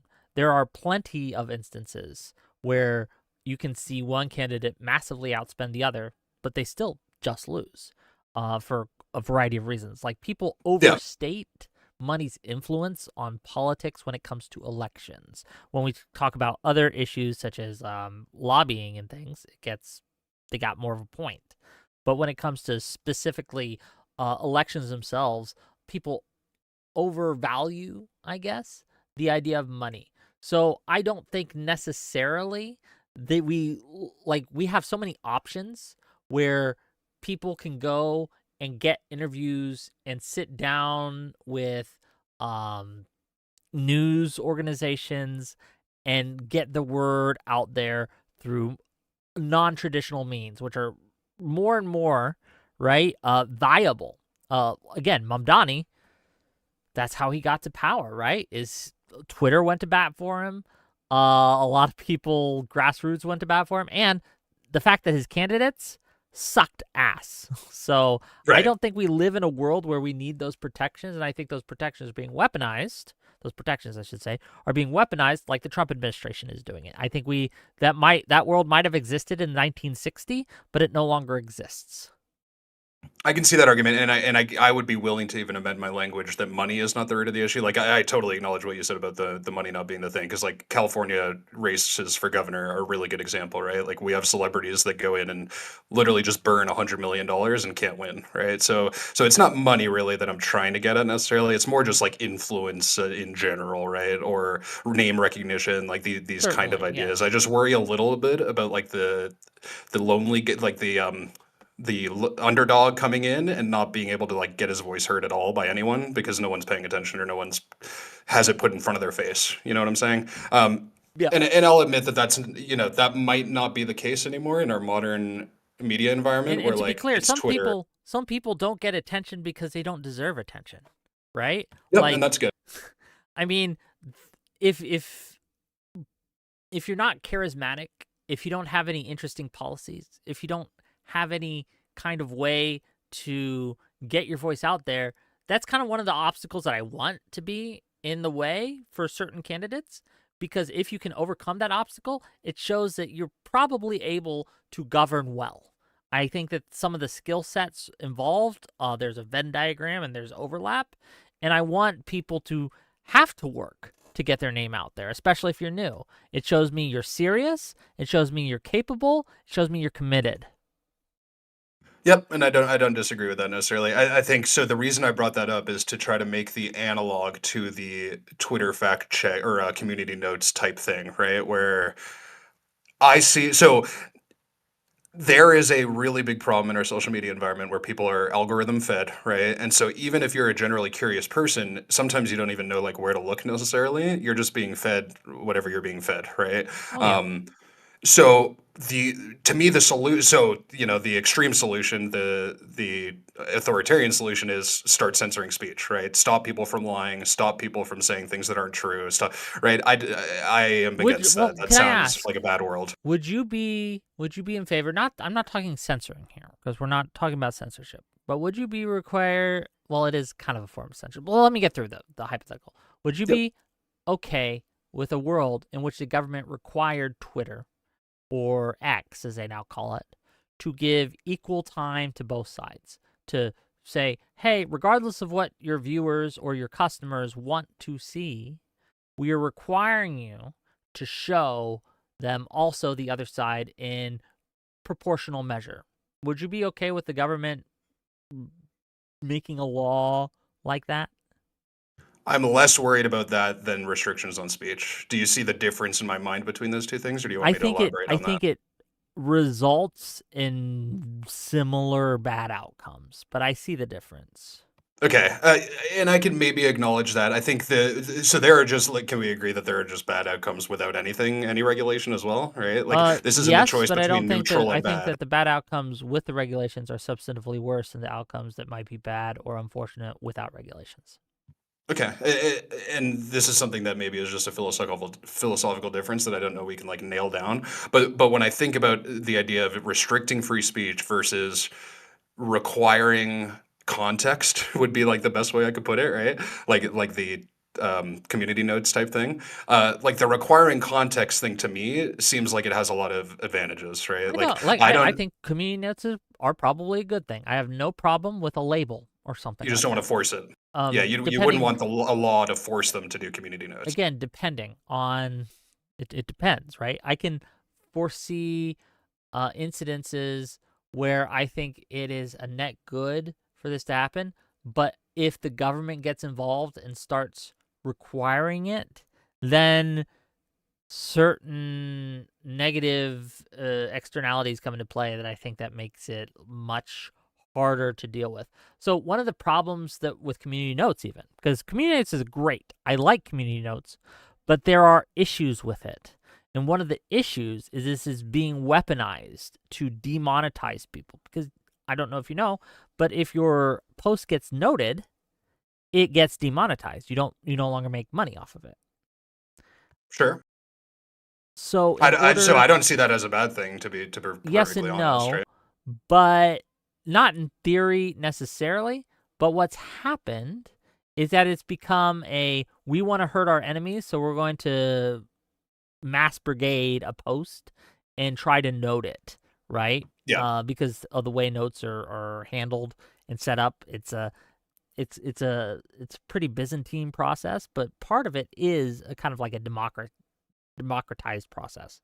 And a majority rule type Yeah. thing, It's to not. some They have degree. other restrictions on it, and it's not as simple as all that. I don't want to portray it as simple as all that, but that is a part of it at least. Yeah, And and a people worry, are and I absolutely think that's a doing valid worry. this to people's posts, right? And I, again, as someone who writes community notes and sees community notes, I see this all the time, right?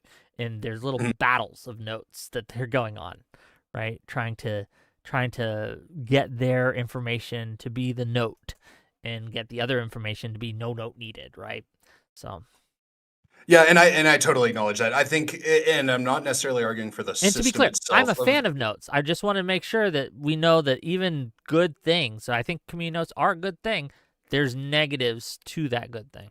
So could you imagine, instead of just getting demonetized when you got a note, if the government somehow had like some kind of, well, if this note doesn't pass on this,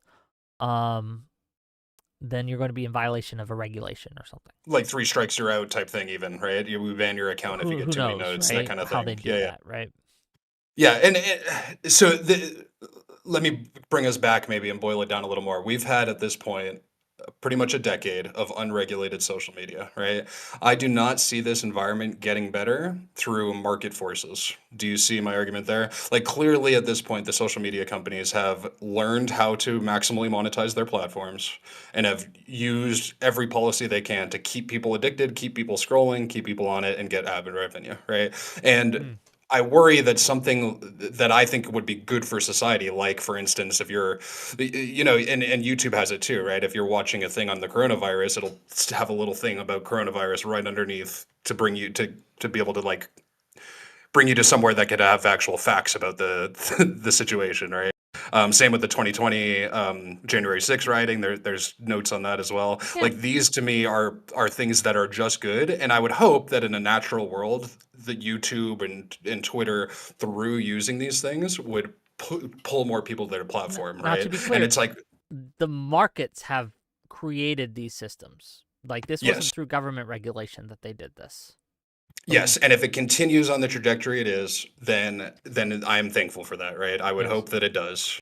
Because I I think that look, you are right to be concerned about social media for a host of reasons. Not just that it's the political infighting that it's creating, and it's the propaganda that's being pushed. But there are huge issues with social media on people's attention spans, on how people view the world, right? Not just for the political lens, but through a concentration lens, right? It's fundamentally changing our brains.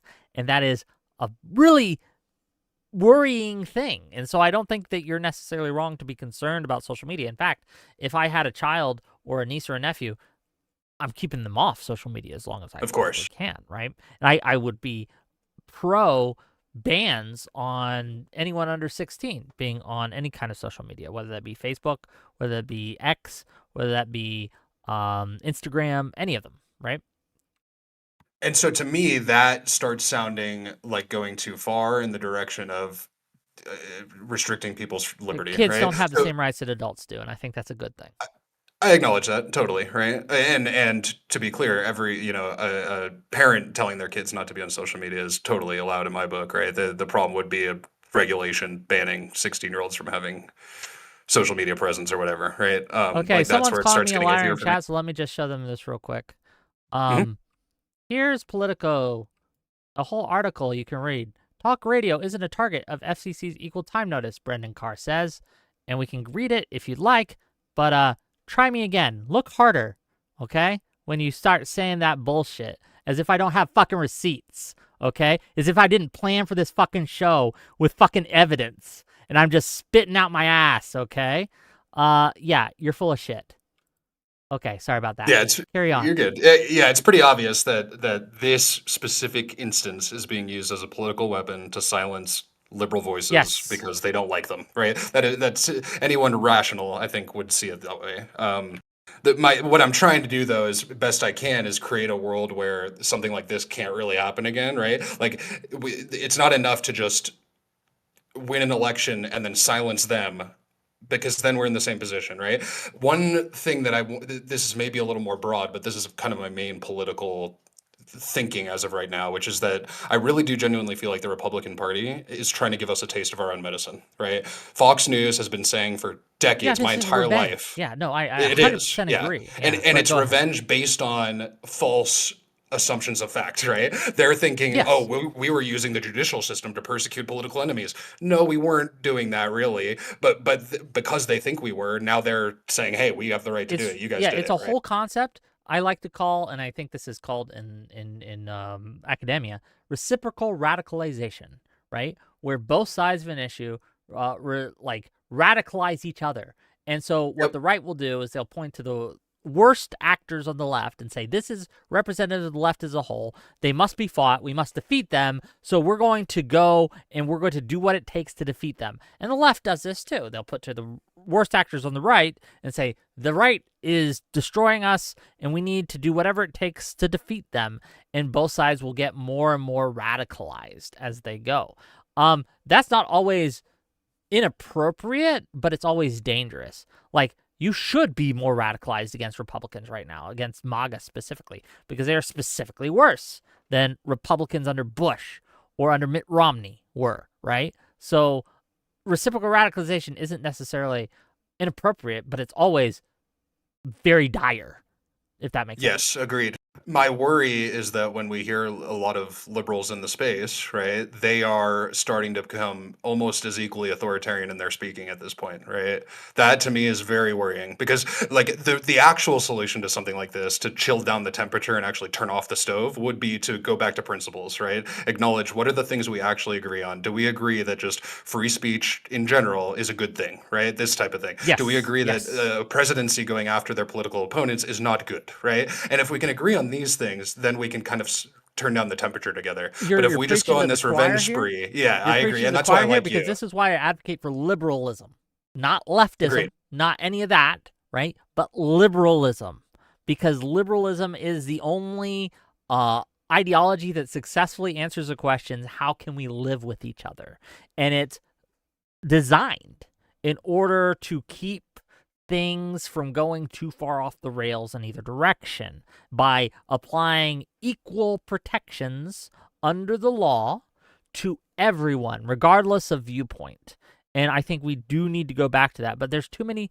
What I worry about is after we defeat Trump and MAGA, that the next thing I'm going to have to do is fight against people like Destiny and the left, because they're going to want to do the same things that MAGA is. That is my concern. Right now, it's a distant concern because got to deal with what's in front of you, right?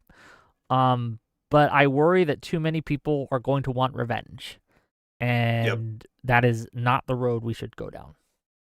I totally agree, and that's why I'm drawn to kind of your mind in specific, is because I do notice that you are thinking like me in this way, that we're both trying to return to principles and not just like this endless revenge spree. Because to be real, like a lot of when I talk to really smart Republicans, not like MAGA deep throaters, but people that are like, I have a good friend that's a nuclear engineer and he's a right wing guy, and I have a good friend that's a lawyer that's a right wing guy.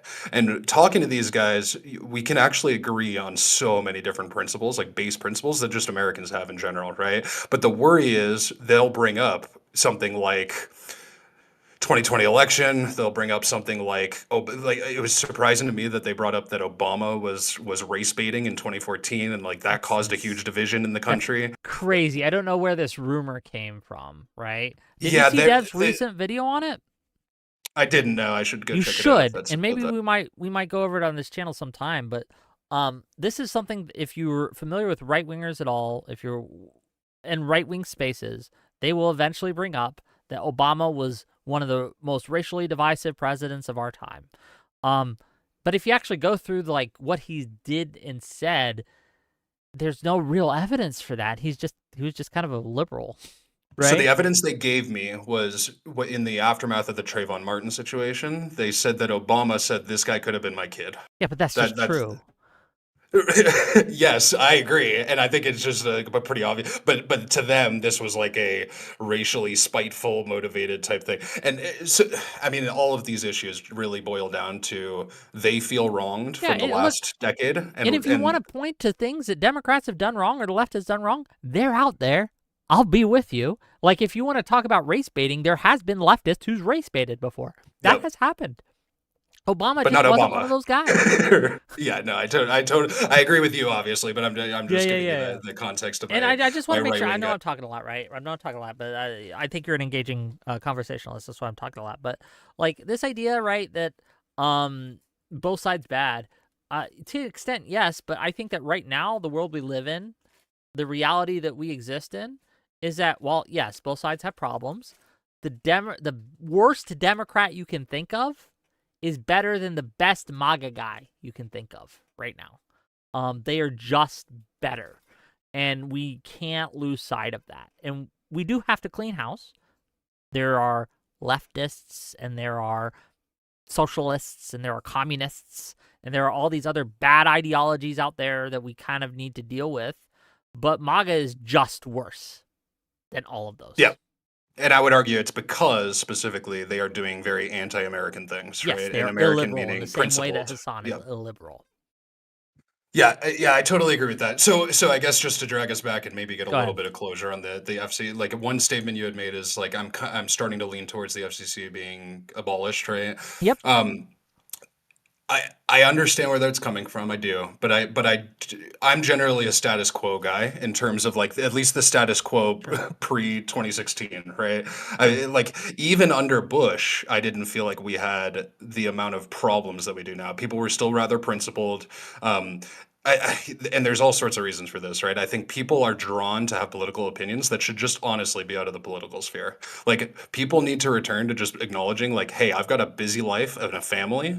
I cannot possibly spend enough time to understand politics. And they just don't vote. And they just, right? Like we've required people to have opinions on things that are extremely complex to the point where now we have people speaking matter-of-factly on things that they heard in a 30-second video.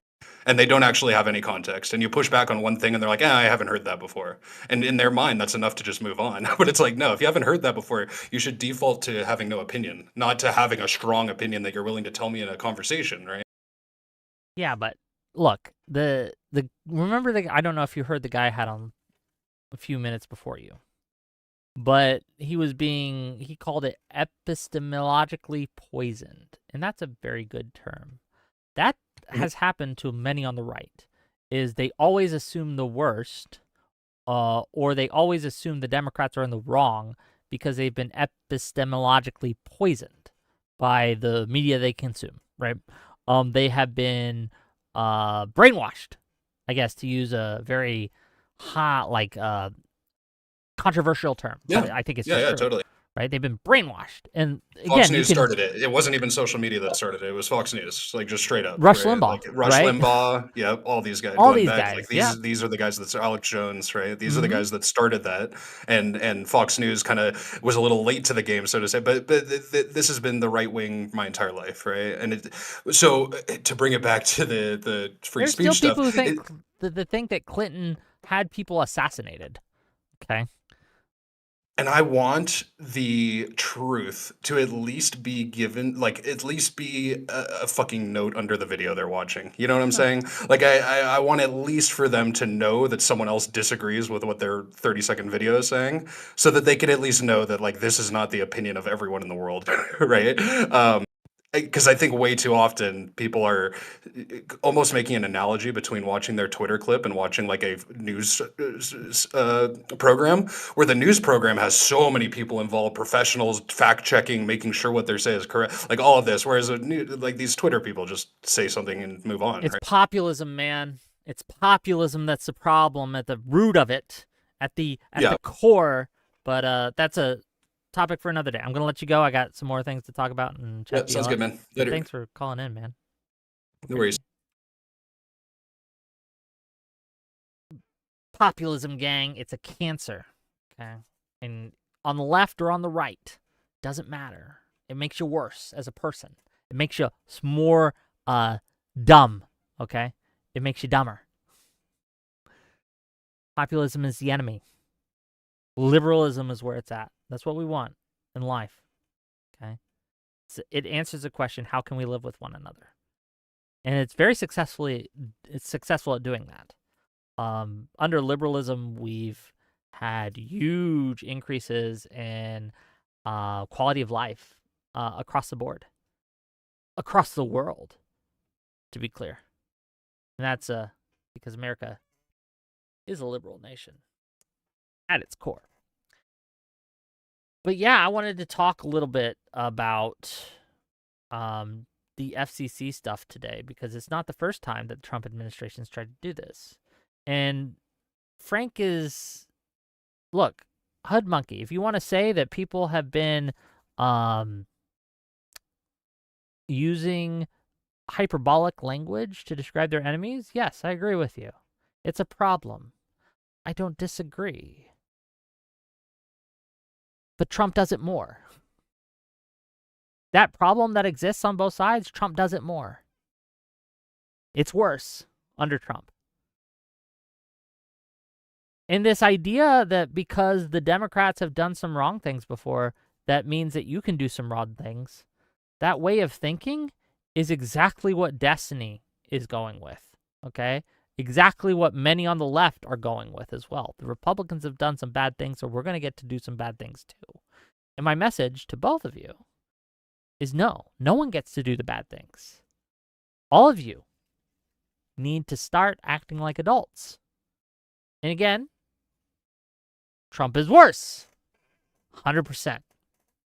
But like I said, I'm gonna have to fight multiple battles in the future, and it's exhausting. Okay, I'm exhausted, but I'm gonna have to fight people like Frank, and I'm gonna have to fight people like Destiny, and I'm gonna have to fight people like Hassan, and I'm gonna have to fight people like Zephyr. Hey, Zephyr, what's up? You have to fight me. I was just saying. I don't know if I have to fight you. It depends on what you're calling in about. Are we gonna fight? You may have to fight me. Okay. I did not watch the whole stream, but I do want to get like a sort of brief idea of what is this moderate policy that you're advocating for, where people like Destiny, etc., appear more radical. Right now, with the FCC stuff, I'm advocacy. Right now, I'm leaning towards abolishing the FCC. I'm advocating that the government stay out of broadcasting and stay out of telling editors how to edit and telling programs what they can and cannot have on. I think they just need to largely stay out of that. And that's what I'm advocating now. But versus what are the sort of people more left than you? What are they arguing for? So Destiny and Co., and I'm using that as an umbrella term here. Yeah. Are advocating tit for tat.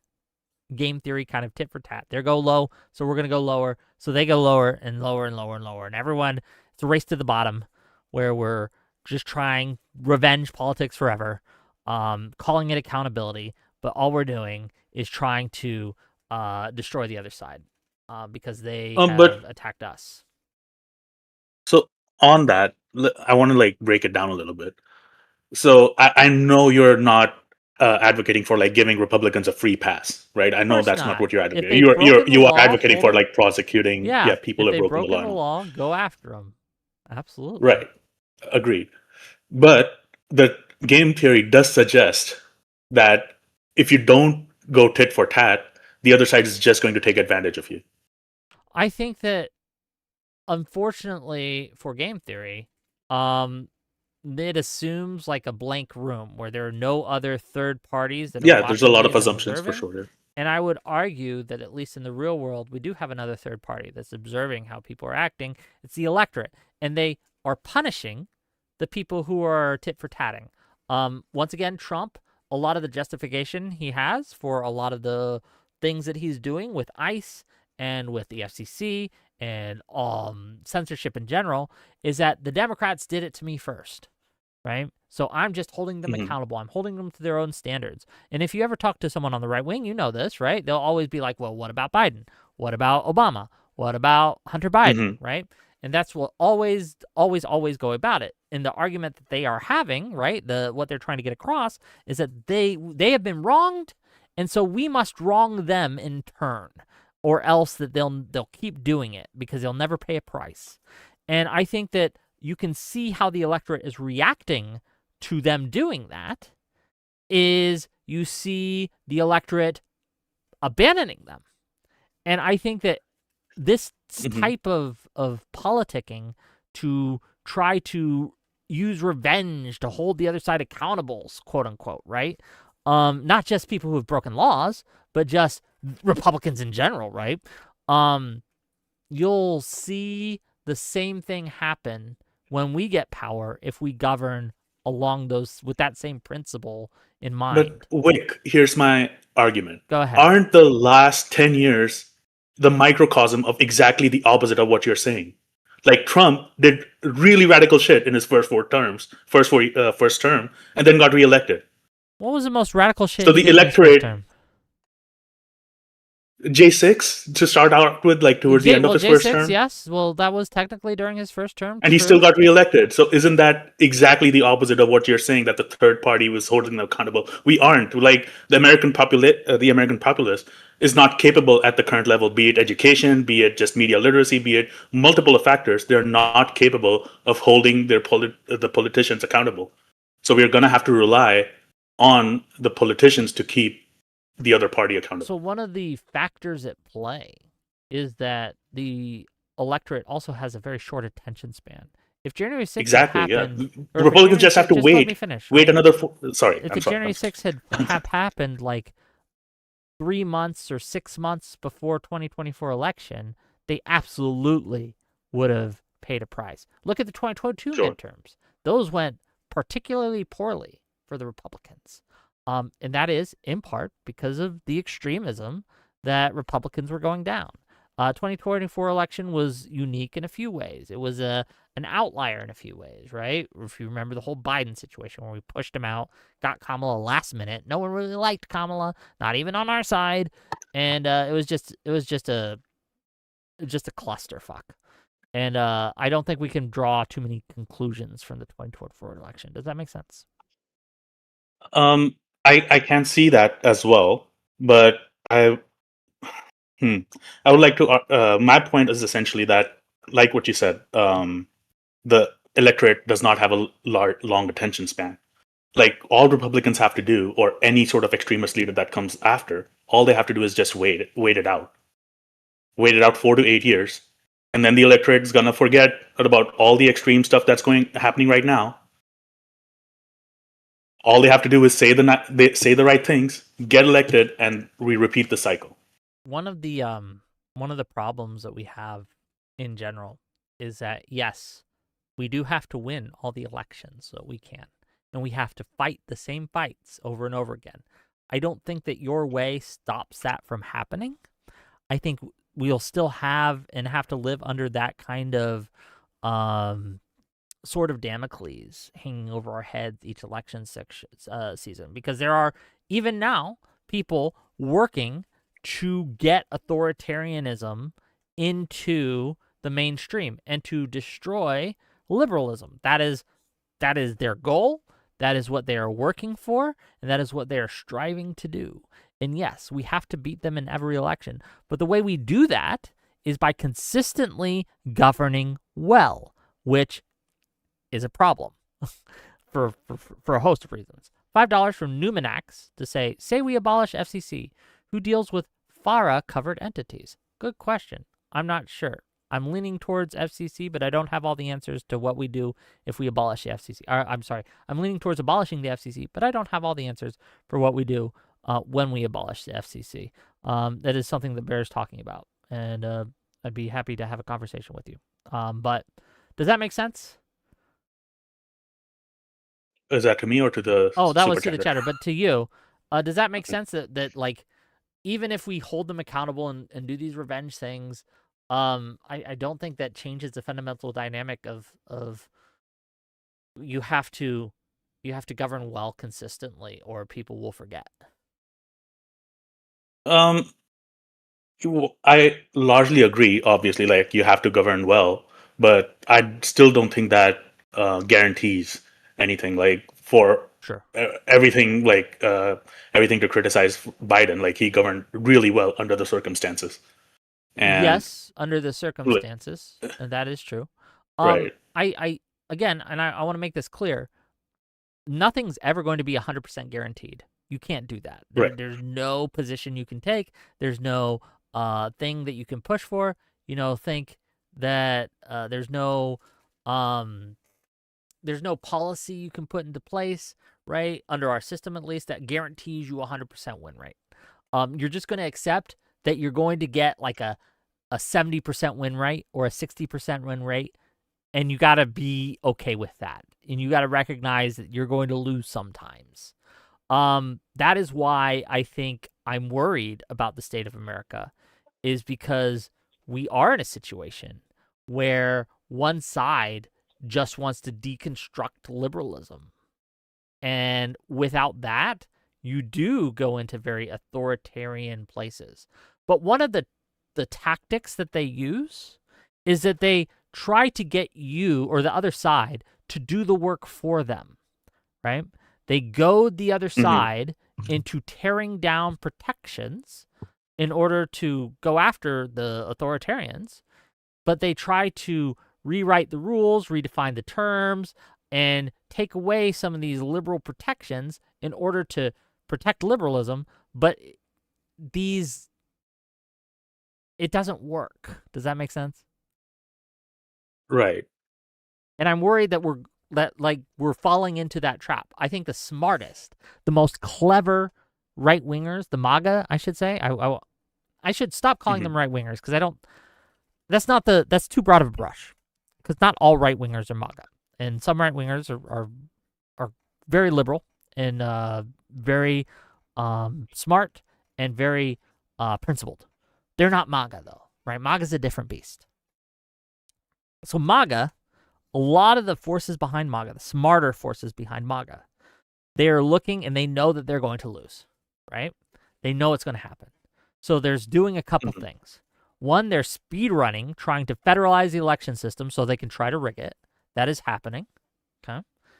And the second thing that they're doing is they're trying to bait Democrats when they do take power again into removing a lot of the obstacles that they are currently experiencing in order to go after them.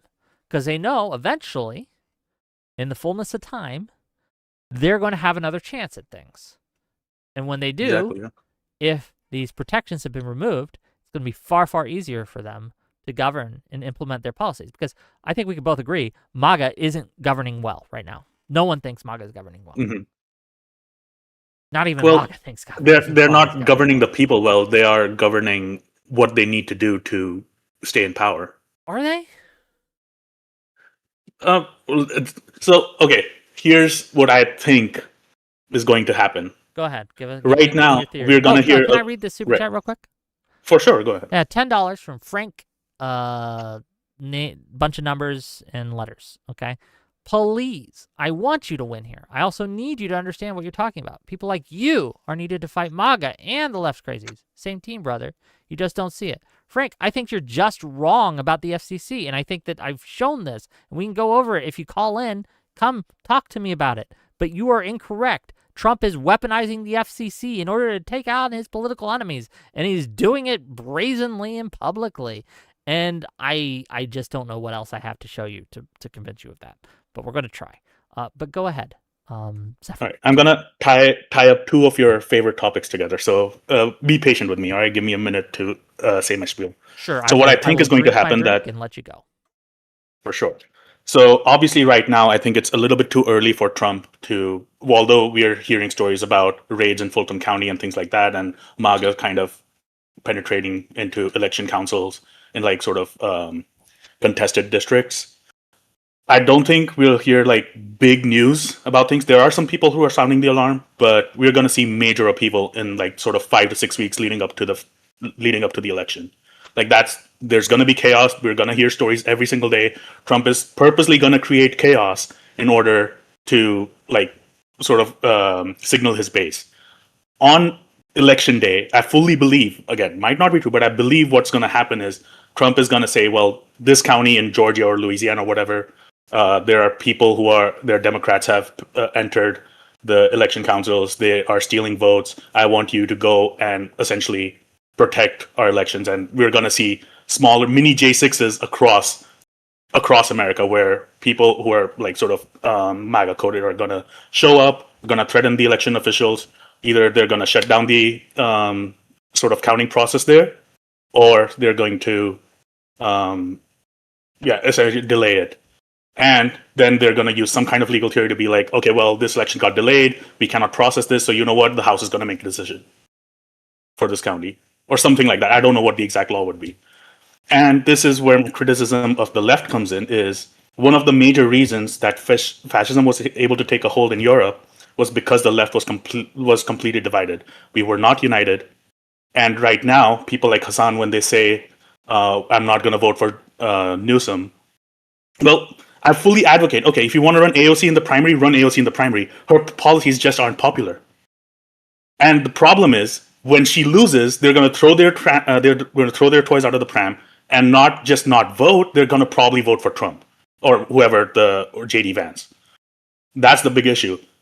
Can the Democrats rely, if Trump signals to his base to attack these election offices, can the left rely on like people who want safe and secure elections to show up and defend them? Absolutely not. I disagree. Like, the right wingers are going to show up. I'll let you finish. Go ahead. But I have some. Yeah, sorry. The right wingers are going to show up to disband or like sort of create chaos in the election, and the left wingers, they're not united because half of them are probably, if their candidate doesn't get selected, they're gonna throw their toys out of the pram. So they're not going to show up to defend the elections within those counties. So that is my problem, is that because the left is so divided, MAGA gets to take a strong foothold. Trump gets to basically throw out 60 counties out there, and all 60 counties are going to get basically have chaos in them, and like the elections, the worst case scenario elections don't happen in those counties. So or at least the ballots don't get counted. Let me start with where I agree, and then we'll talk about where I disagree. I absolutely agree that Trump is going to try something this midterm season, right? I don't know what it is. I don't know how it's going to play out precisely. I couldn't tell you that, but they're absolutely going to make a move. They're going to try to either put ICE agents at polling stations to intimidate voters. They're going to try to get last-minute voter rolls purged and make it hard as hell to re-register to vote. And these are all things, and I know they're going to do this because they've tried to do these things. They're either said they're trying to do these things in case of ICE, or they've done these things many times before, right? In case of voter roll purges, right? This is a common tactic that they use, right? Trump is going to turn it up to 11 to try to do these things. You see Nick Shirley out there in California, right? Looking for voter fraud in Nick Shirley's so wonderful way that he does. So I do think that there's going to try something. I don't know if it's going to be like a mini Jan 6s and how that's going to go, but I don't know if it's not either, right? That's I my don't put it theory, past them. but yeah. But let me tell you where I disagree. I Mhm. think that if he does this, I think that it's going to result in massive backlash from the electorate and the public. And it is going to be, as one of the earlier callers said, too big to rig, right? That people are going to come out in such numbers against him that it's just going to dwarf any kind of effort that they might put forward. And if he does try these things, it's going to be impeachable, and it's going to be trying to steal votes justifies things. Does that make sense? I won't So, go any further than that. let me But let me throw out a well, scenario there. let me Okay, finish. sorry, go ahead. Yeah, Yeah, let me finish, go. right? Because you gave me a lot, and I want to get through them. Yeah, sorry. Okay? Go No, ahead. it's fine. So I think that none of these, if he does try some kind of January 6th thing, none of them will be successful, right? I think that will backfire, and I think that electoralism will win out, right? Liberalism will win out in that scenario. I think that he gets defeated in that scenario. He does not win. It does create a lot of chaos. It does put a lot of strain on the system, but I think the system wins in that scenario. So that's where I would give you a little hope. And on to the left specifically, the far left, the Hassan types. Yeah, they're going to be a problem, but here's the problem with the far left is there's like almost none of them. Like outside of online spaces, you won't run into them very much. They're very, very small in number. There's only a few percentage, right? Maybe even less than 1% that I would consider these people like actually represented in real life, right? They just aren't there. So I don't think we need to. The danger with them is that Democrats overestimate how many of them there are and try to pander to them into their losing policies. But I'm Well, working to make that not happen. my problem with them is not about the voting right now. My problem is that with them is they help in muddying the waters, so that when Trump does some weird shit, they the Democrats don't know what to do. Like the MAGAs, they know what to do. They take their direction from the leader, from their leader. The left, Yeah. which is a good thing that we don't, which is a good thing that we don't have a dear leader. But sometimes, like, we have to be unified as a movement Well, look in at order what to happened in protect ICE. certain. Well, look at what happened in Minnesota, right? Where ICE overstepped and did all these horrible things. It was just an uprising of people, right? On the center left, moderates, even hell, some of the center right, just opposed that shit. And they got out, they went in the cold, they started following these people around, blowing their whistles, right? Recording them, all these things. And thank God they did, because we saw DHS's lies because of their accounts contradicted DHS's statements. The recordings, I should say, contradicted DHS's statements and things like that. So thank God they did. But I think you'd see something very similar happen everywhere that Trump tried these things. And I don't think that we would need instruction as a people. I think it wouldn't come from the Democratic Party, but it doesn't have to. The Democratic Party, all they have to do is let it happen. And I think they would. And I think they should in that circumstance. All right. I just want to reply to one of the commenters. Go ahead. It's like, okay, it is a good thing that that there's diversity of ideas in the Democratic Party. The problem is diversity of ideas. The problem is some part of the left disagree on the fundamental rules of society, which is a problem. They are That's illiberal. where the division Yes. between liberals and leftism lies. I don't And disagree. we have to unite to protect certain things about our society, certain things about our government and our institutions that are non-negotiable. And if you're negotiating with that, if you're trying to play games with those, then yes, it does become a huge problem. So that is where I will leave the call, I guess. Well, Again, thank you thanks for having me on. Yeah, always a pleasure, Zephyr. I'll see you later, okay, buddy? Thank you. Yeah, like Hear my bad. What was I saying? I clicked the wrong button. The song almost played. I might have to deal with that in the copyright strike issue. But it's really easy. I could just mute that portion of the stream. And they do it for me. It was very helpful. What was I saying? Oh yes. I think that the main issue that people have to remember is that this isn't necessarily a fight versus left versus right. This is a fight of liberalism versus illiberalism. And MAGA and Hassan are both illiberal. MAGA is more of a problem because they have power and numbers. But that does not mean that Hassan is our ally or our friend, even if that branch of the illiberalisms are fighting each other, right? Anyone who believes in liberal values and is willing to vote accordingly is on my team, okay? Even if we might disagree on who should be the arbiter of those liberal values, right? Or who should be the protector or how they should be applied. Illiberals, like Hassan and like MAGA and like Trump, are all going down the same road, okay? They're taking us to a really bad place, and we need to oppose them. And we need to oppose them strongly.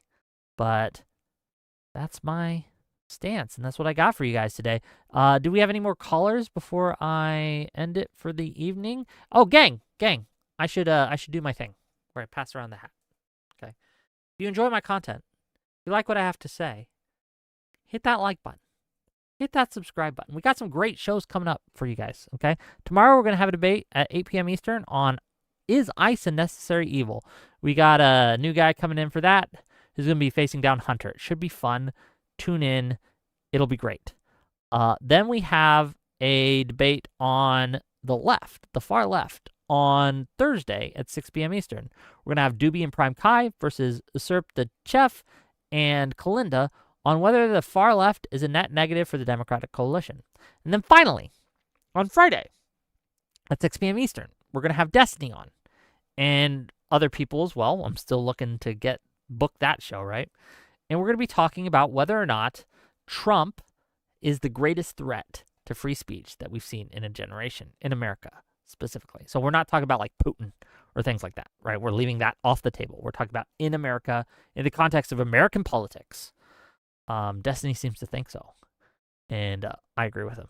But we're going to have some people on, and it should be fun. So if you disagree with that statement, and you want to be on the show, and you want to tell Destiny what for, by all means, right? Reach out to me, and we'll see what we can do. No promises, obviously, because sometimes these things get filled up fast. But if you'd like to be on the show, always reach out. But in the meantime, gang, we made a lot, I mean a lot of money in January, okay? A ton. More than I have ever in my streaming career. February, however, it's not so, it's kind of rough. I'm not going to lie to you guys, okay? It's rough. And so if you have $20 or $50 that you could throw my way, I'd really appreciate it if you did, okay? Really help me out. Help this be a little more consistent. We got great content coming up. I'm reinvesting this in the show. We got an IRL set up, and on the 28th, I'm going to be going to do an in real life stream at the March for Democracy in DC. So you're going to get me walking around with my little gimbal that I've gotten, okay, with my little phone that I'm going to get, and streaming to you guys. And we're going to be talking to people at the event, seeing what their thoughts are, right? Talking to counter protesters if we can find them. It'll be fun, and I'm excited to try it. I got new shoes for it. I'm debating whether I want to, like, the hoodie's kind of iconic, so I might keep the hoodie, right? But we're going all out. I've spent a good chunk of change on this, and I really hope it works. But if it does, it's going to be like a new thing I start to do. Like, I'm going to go to the new No Kings protest as well. I'm going to go to CPAC if I can manage it, right? And I'm going to try to go to more in real life events and talk to people in real life and have conversations and try to get like their ideas of what's going on in the world, why they think how they think, and what they think is the best way forward. I hope it goes well. Zero Fox says it's Black History Month. I don't know what that means. Wick has legs. Wick does have legs, and you might see them. Okay, you might see them on the live stream. IKA Batozai says, just remember, Wick, if you are trying to get into any security areas, they won't let you carry in a bag with camera equipment. Well, the March for Democracy is on the street. So I don't think we're going to have that particular problem. But when it comes to things like CPAC and stuff, we're going to look at to get like a press pass or something, right? Going to have to look into that to see how that goes. But for the on the street stuff, I don't need that shit. So, but no, it's good to bring up these things because, again, this is new for me. I've never done this type of content before, and it's very possible things will come up that I did not anticipate. I've tried to head that off, but you can't plan for everything. We'll see. I hope it's enjoyable. I hope it's something you guys like watching.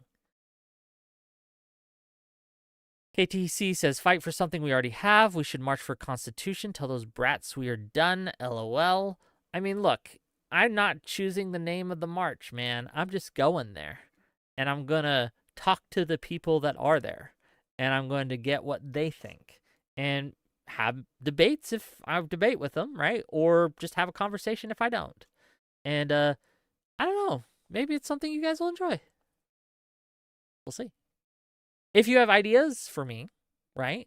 If you're like, oh, there's this event coming up in my town, and I think you should go look at this event, reach out. And it's possible. I have saved up, gang. I've saved up money. And I have a budget, okay, for the year of expenses, okay? And a lot of it is travel expenses and things like that. So I have the capability to travel, right, to California, to Washington, or to New York City, or all these things. That is something I can do.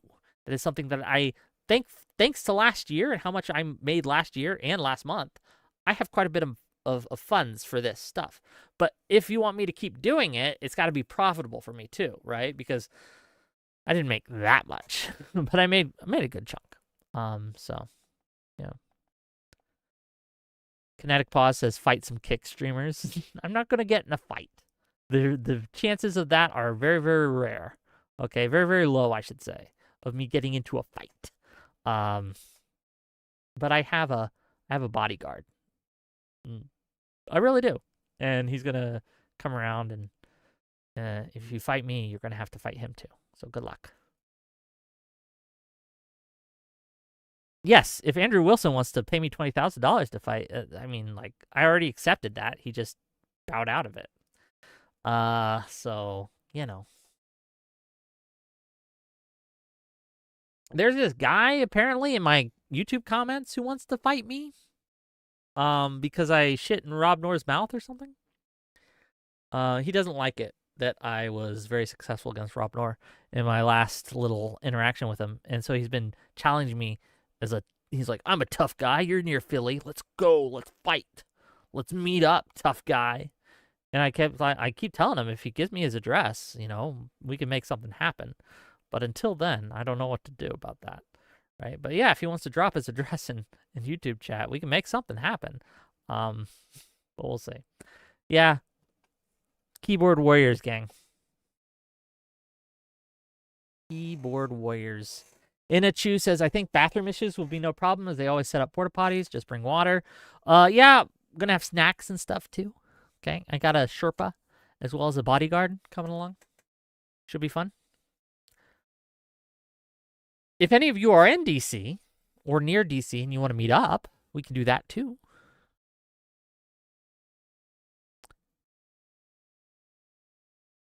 AKA Batozai says, I was really surprised when Adam had legs. We have, I have a whole setup. Hold on. Give me a second. I'll show you guys. 1 second. Give me a second. I'll show you. 1 second. 1 second. Don't go anywhere.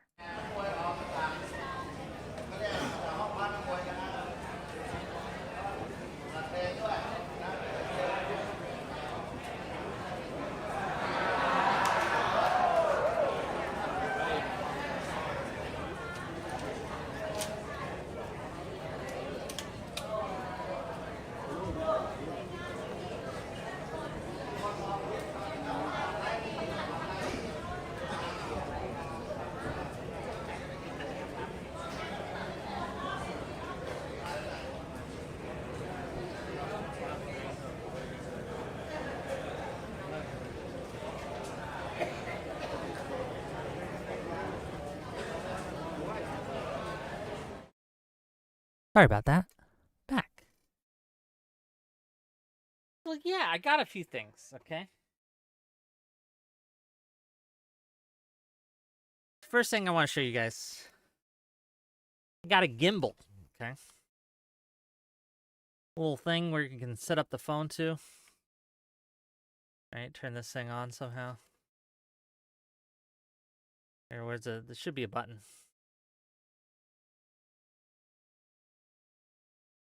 You can go around. I have to learn to use it, and you can like set these up. There's a like a magnetic thing I can clip on here. It's in there. Let me see if I got it.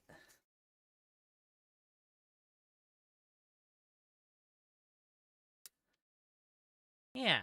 See, and you put your phone in here.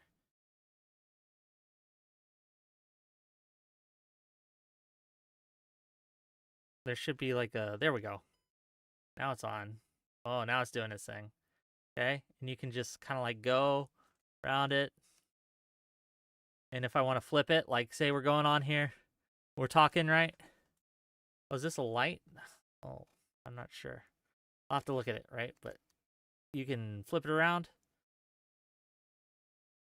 I'll mess with it, right? But that's basically what it is. It's really cool. It's really neat. Got a good charge time too. I'm gonna get a charger for it as well. But that's one thing I wanted to show you guys. You can turn it off. Unclip it. And yeah, I'll mess with it. And that's one of the things that I'll be practicing with. And it's probably one of the things that I'll mess up a couple times on. So just bear with me. But I got that. It was nice.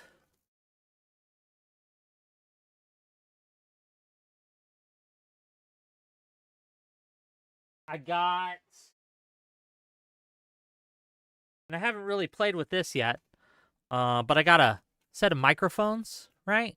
So if I'm doing an interview, I can get better sound quality. Just clip it to my lapel or something, or my hoodie in this case, right? And just get a better kind of quality of sound from here. It's got this like charger kit here. It's pretty neat. They're very small. Hopefully that works out, and we can have it and just have it in front of them, so it's just good audio quality. Hopefully it works out. And the biggest expense, so far at least, got one of those, one of these backpack things, okay? Got a little power unit here, battery here. Oh, something fell out. And I gotta set this up, right? But it's got like cables,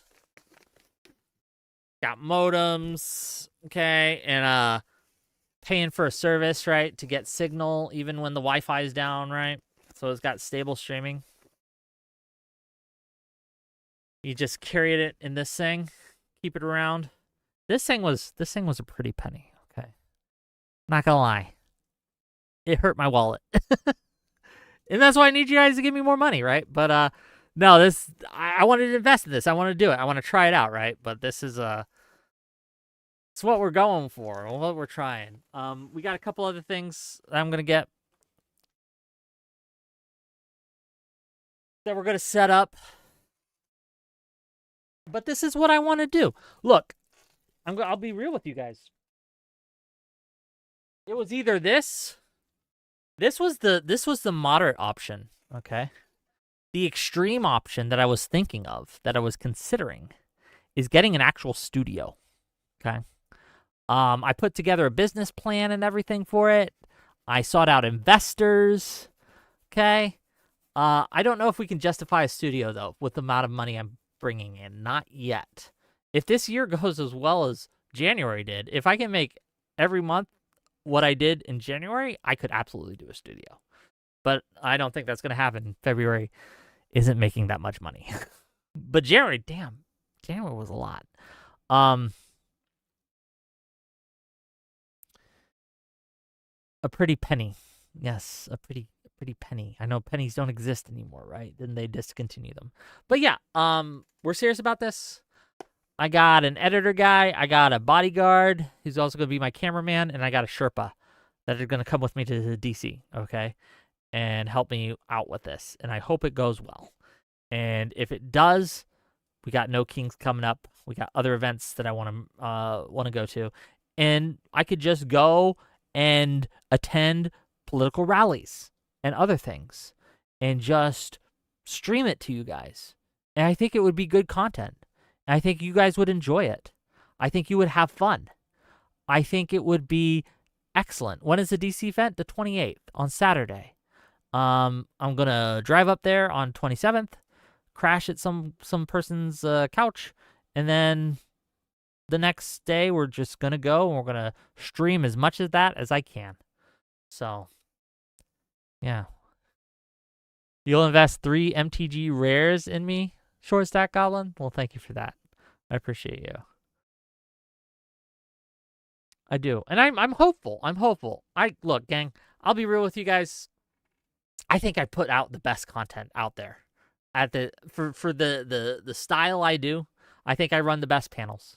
I think I do the best interviews. I think I have the best conversations. And I think we could the world would benefit and you would benefit if I got more out there and doing it with the public. Okay? And I think that we'll see. Worst case, it doesn't work out. But then I learned a lesson, and frankly, I just go back to doing what I've always done, which is panels. And thank you for the 10 Wick TV gift memberships, A.K. Batazai. Oh, yes, I'm super humble as well, Let Icarus. Okay. I just think that there's not too many people out there who are honest and genuine. And I think that we need more honesty and genuineness in this space. And just in general. So, we'll see. And yes, I'm going to upgrade my webcam as well. And like I said, I put out a business plan, and if I can get it, if the guy gets back to me and I get the investment that I want, I'm going to have a whole new studio setup too. And by studio setup, I mean just another room in my house where I have an actual background, actual lighting, actual better tech.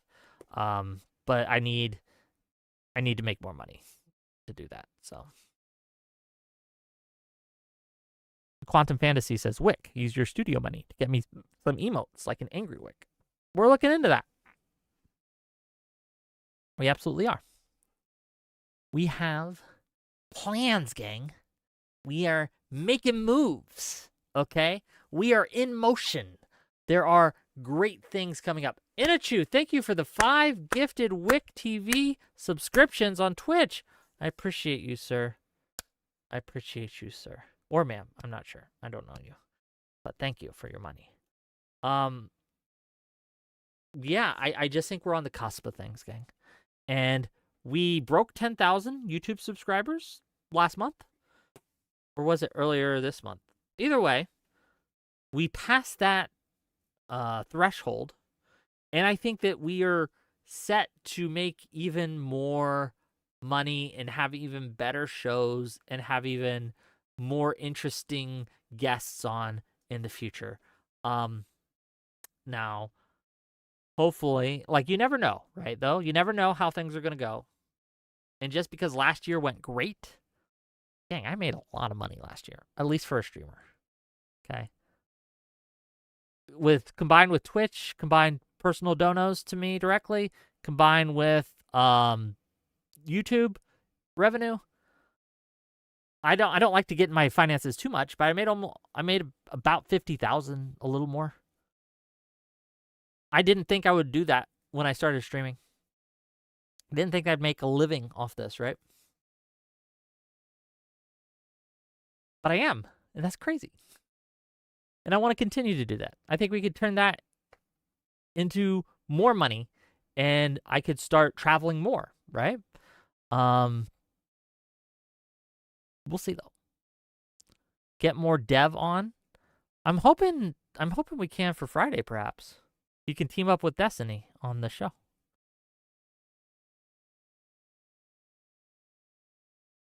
Oh, taxes are weird with royalties and stuff. Not that weird.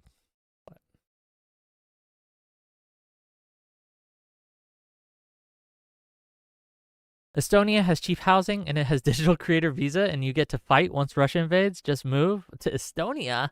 What's in Estonia? Okay, I'm not gonna lie. I might be interested in going, but what's there? Zero Fox says that's really good, especially for the subscriber count, which should also increase people.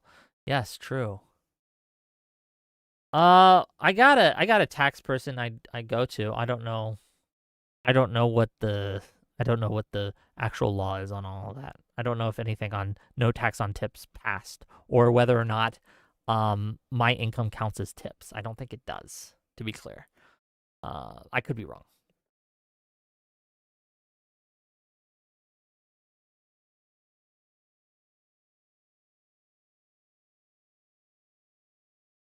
But yeah, I'm really excited, and I just want to thank you guys from the bottom of my heart, really. You guys allow me to just do what I do. Thank you for the raid, Dan Bana Debates. Really appreciate you for the raid on Twitch. We're not going to be live too much longer, but you can hang out for the time you're here. Okay, I do appreciate that. There's an out-of-control wildfire near Hooker, Oklahoma. That's unfortunate. I hope that gets under control. My Listening Library YouTube for $5 says, now I see why you mock us $2 and $5 supers. You're too good for us since you make so much. $5 game forever. I appreciate all the super chats I get. The problem with super chats is, especially in a show that is just going 1,000 miles a minute and the content's not stopping and people on the panels are just going at it, right? It's hard to find time to stop and read the super chats out loud. And so I try to balance that content with getting you guys on and what you have to say on the show sometimes. I haven't perfected that yet. I still do that wrong sometimes, but I try to strike a good balance between these two things, right? Sometimes I try to do it at the end of the show, but people don't like that because they want their voices heard immediately. So one of the things I do is, like, if you want your voice heard immediately, if you throw $100 on the table or $50 on the table, I will probably interrupt things to read that. But if you throw $5 on the table, I'm probably not going to interrupt things to read that. Does that make sense? YouTube is glitching out badly? Well, that's unfortunate.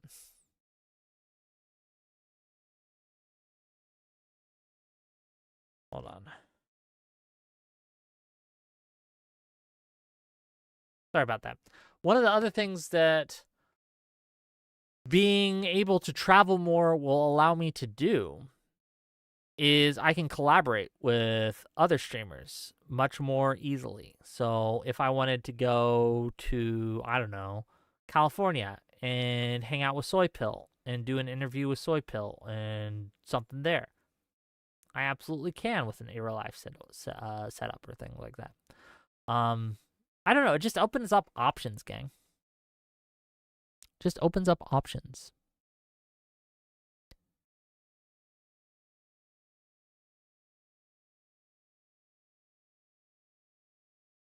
Give me a second.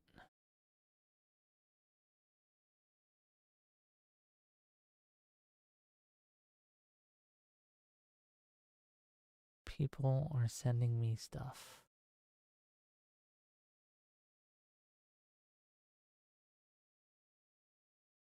I don't know why they're sending me that, though. That is not pertinent to the discussion. Gang, I don't know why everyone wants my attention, like, in DMs when I'm streaming. Like, if it's not pertinent to the stream, hit me up later. I'm busy. I'm talking to my chat. I'm discussing it with you, my viewers, my wickers, okay? NoCal Mike says, put a super chat countdown on the screen. Well, it changes, though. That's the thing. And it's something that I got to remain flexible with, because there are lulls in conversation. If it's a good thing to have available, if things are circling the drain, it's a good combo breaker, right? And sometimes people have really insightful comments that I think would add to the conversation and change the trajectory to a better one. And sometimes I'll read those just in the middle of things, but not often.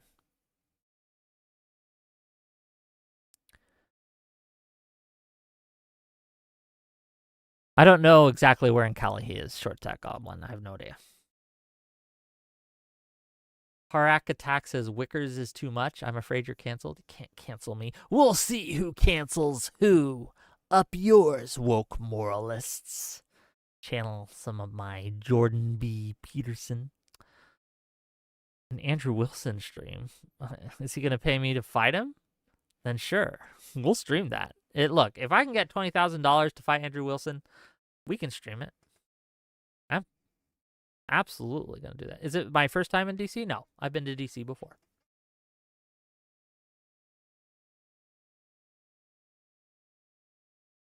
A.K. Batozai says, sometimes during a heated debate, it's good to take a 3-minute break to simmer down and read chats. I agree. Again, it really depends. It's very hard to set a hard and fast standard on it because sometimes it's very helpful and sometimes it just gets in the way, right? And acts like a wet towel over the conversation. But no, I've been in DC before, Inicho. In fact, I went to see Dinesh D'Souza versus Destiny live a month ago, maybe 2. It was good. It was nice.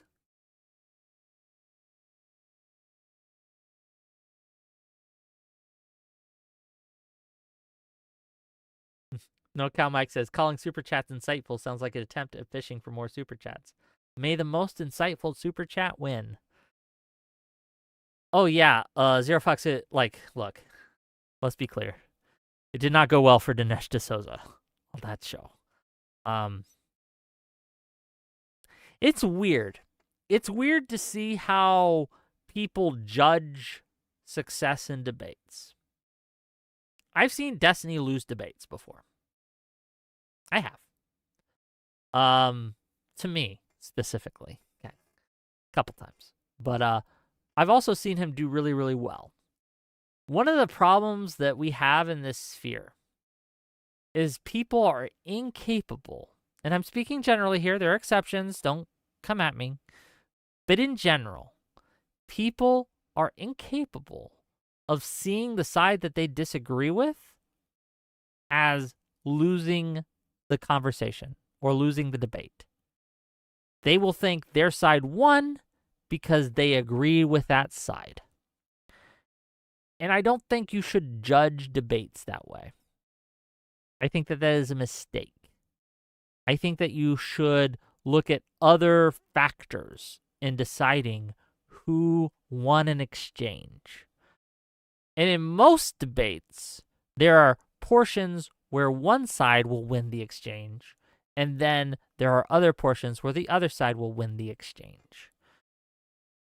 For me personally, and I recognize that there are other valid ways to judge these things, I think that debate is won when the other side is more persuasive, right? Or when your side, I should say, is more persuasive. That is how you win. When you can craft a persuasive message that reaches people or has the potential, if they were to be heard by unbiased parties, to reach people, right? So there are a lot of debate tactics that people do that I don't find that aren't persuasive. They're nitpicks, right? Unpersuasive nitpicks. Let me give you an example. Pisco does this a lot. Where he will catch someone in a contradiction, but that contradiction won't be germane or pertinent to the actual point being made. And he'll pin him on that, right? And he'll be like, well, actually, no, you were wrong when you said X, so therefore you are wrong about the subject at hand. I don't think that's persuasive to people outside of the debate sphere. I think it makes you kind of look like a pedant. And I don't think people like pedants. I don't know. What do you guys think? What do you guys think about that? $2 from AK Batozai. Thank you for the $2. Appreciate you. No Cow Mike says, children dying in Gaza and you're worried about super chat timing? It's true. I do think that almost anything in moderation can be useful when trying to build a persuasive case or to try to counter someone else's persuasive case, right? But I know a lot of people in like the ask yourself sphere of debate. They don't see debate as that, as it's not a tool of persuasion. They're not there to persuade. They're there to see who can get the most logical of argument and do the least amount of logical fallacies, right? For them, that might be persuasive. For most people, it is not.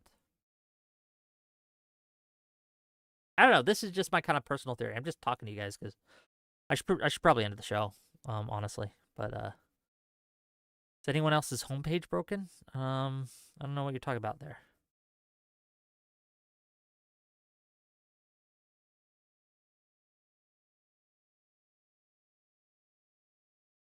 Short Stack Goblin, are you inviting me to Estonia to stay with you for a little bit and have a vacation? Fly me out. We'll stream it. It'll be fun. Oh, everyone's home. YouTube is breaking? Wonderful. Glad to hear it. Tech's crazy, gang.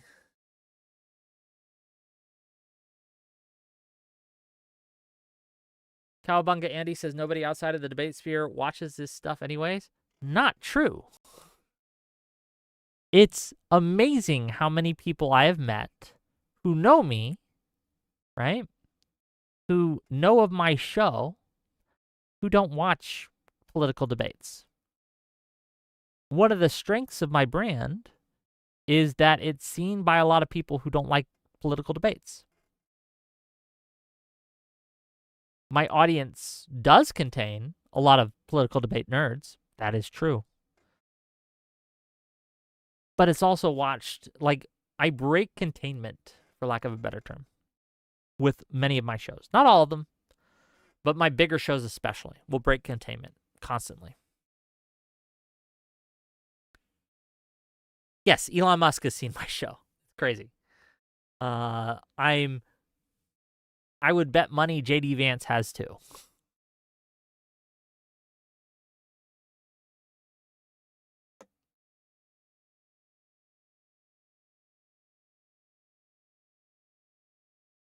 Quantum Fantasies, this is the only debate channel I watch too, LOL.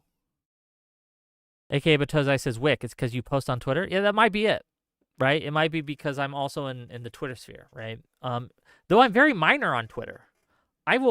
Twitter's weird.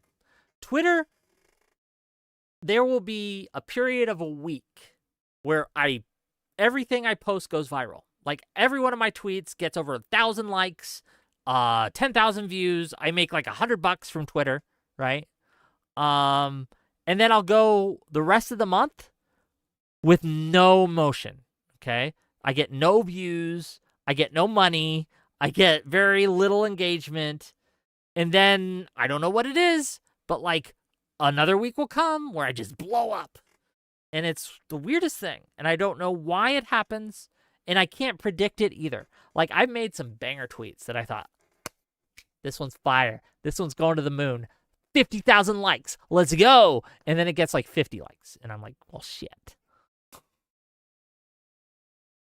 Well, shit. That didn't work out.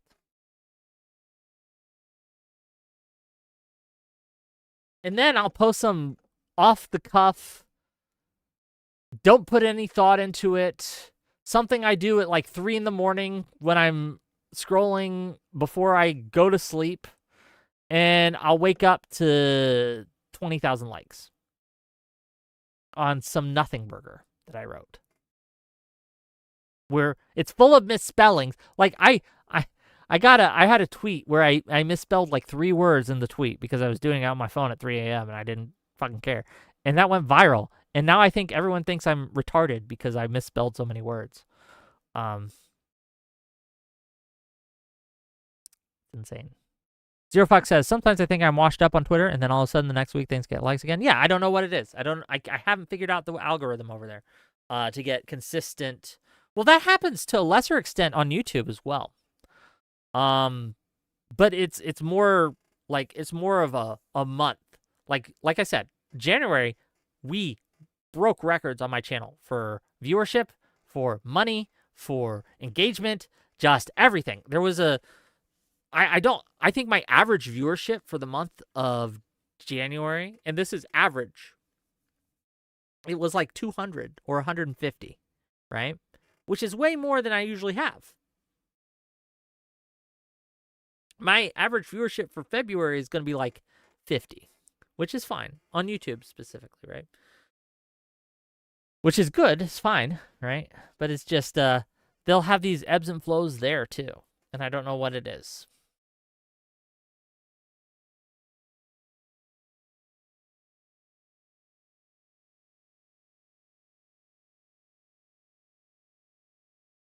Maybe that's why Zero Fox is because everyone else was on vacation. So Zero Fox says usually metrics for January across YouTube in general is pretty low. That's why a lot of YouTubers take vacations in January. Maybe that's why everyone tuned into me, because everyone else was on vacation. That's very possible, right? But no, for me, it was best month I've ever had streaming. So I don't know. It was exciting too to me. And to be clear, my show's been growing steadily. Like, the amount of money I made in 2025 was double the amount of money I made in 2024. So I didn't make that much in 2024. Barely kept my head above water. But in 2025, I doubled it. My goal for 2026 is to double it again. We'll see if I can. Hopefully. But it's up to you guys if you like it. AKA Batozai says, it's because I went on Sitch and Adam. It might be. It also might be there's a lot of stuff that is very political that happened in January, and everyone was up in arms about it. Right? And so everyone wanted to fight. And everyone wanted to come on my show. It's also possible. But yeah, we got some great shows coming up. Like I said, tomorrow, ICE debate. Thursday, leftism debate. Friday, free speech debate. Tune in. And then the week after, we're going to have a live stream on Saturday. And I'll probably do a couple panels in the week. But not a lot, right? It won't be every day that I do streams next week. Just because I'm going to be planning and prepping and things like that.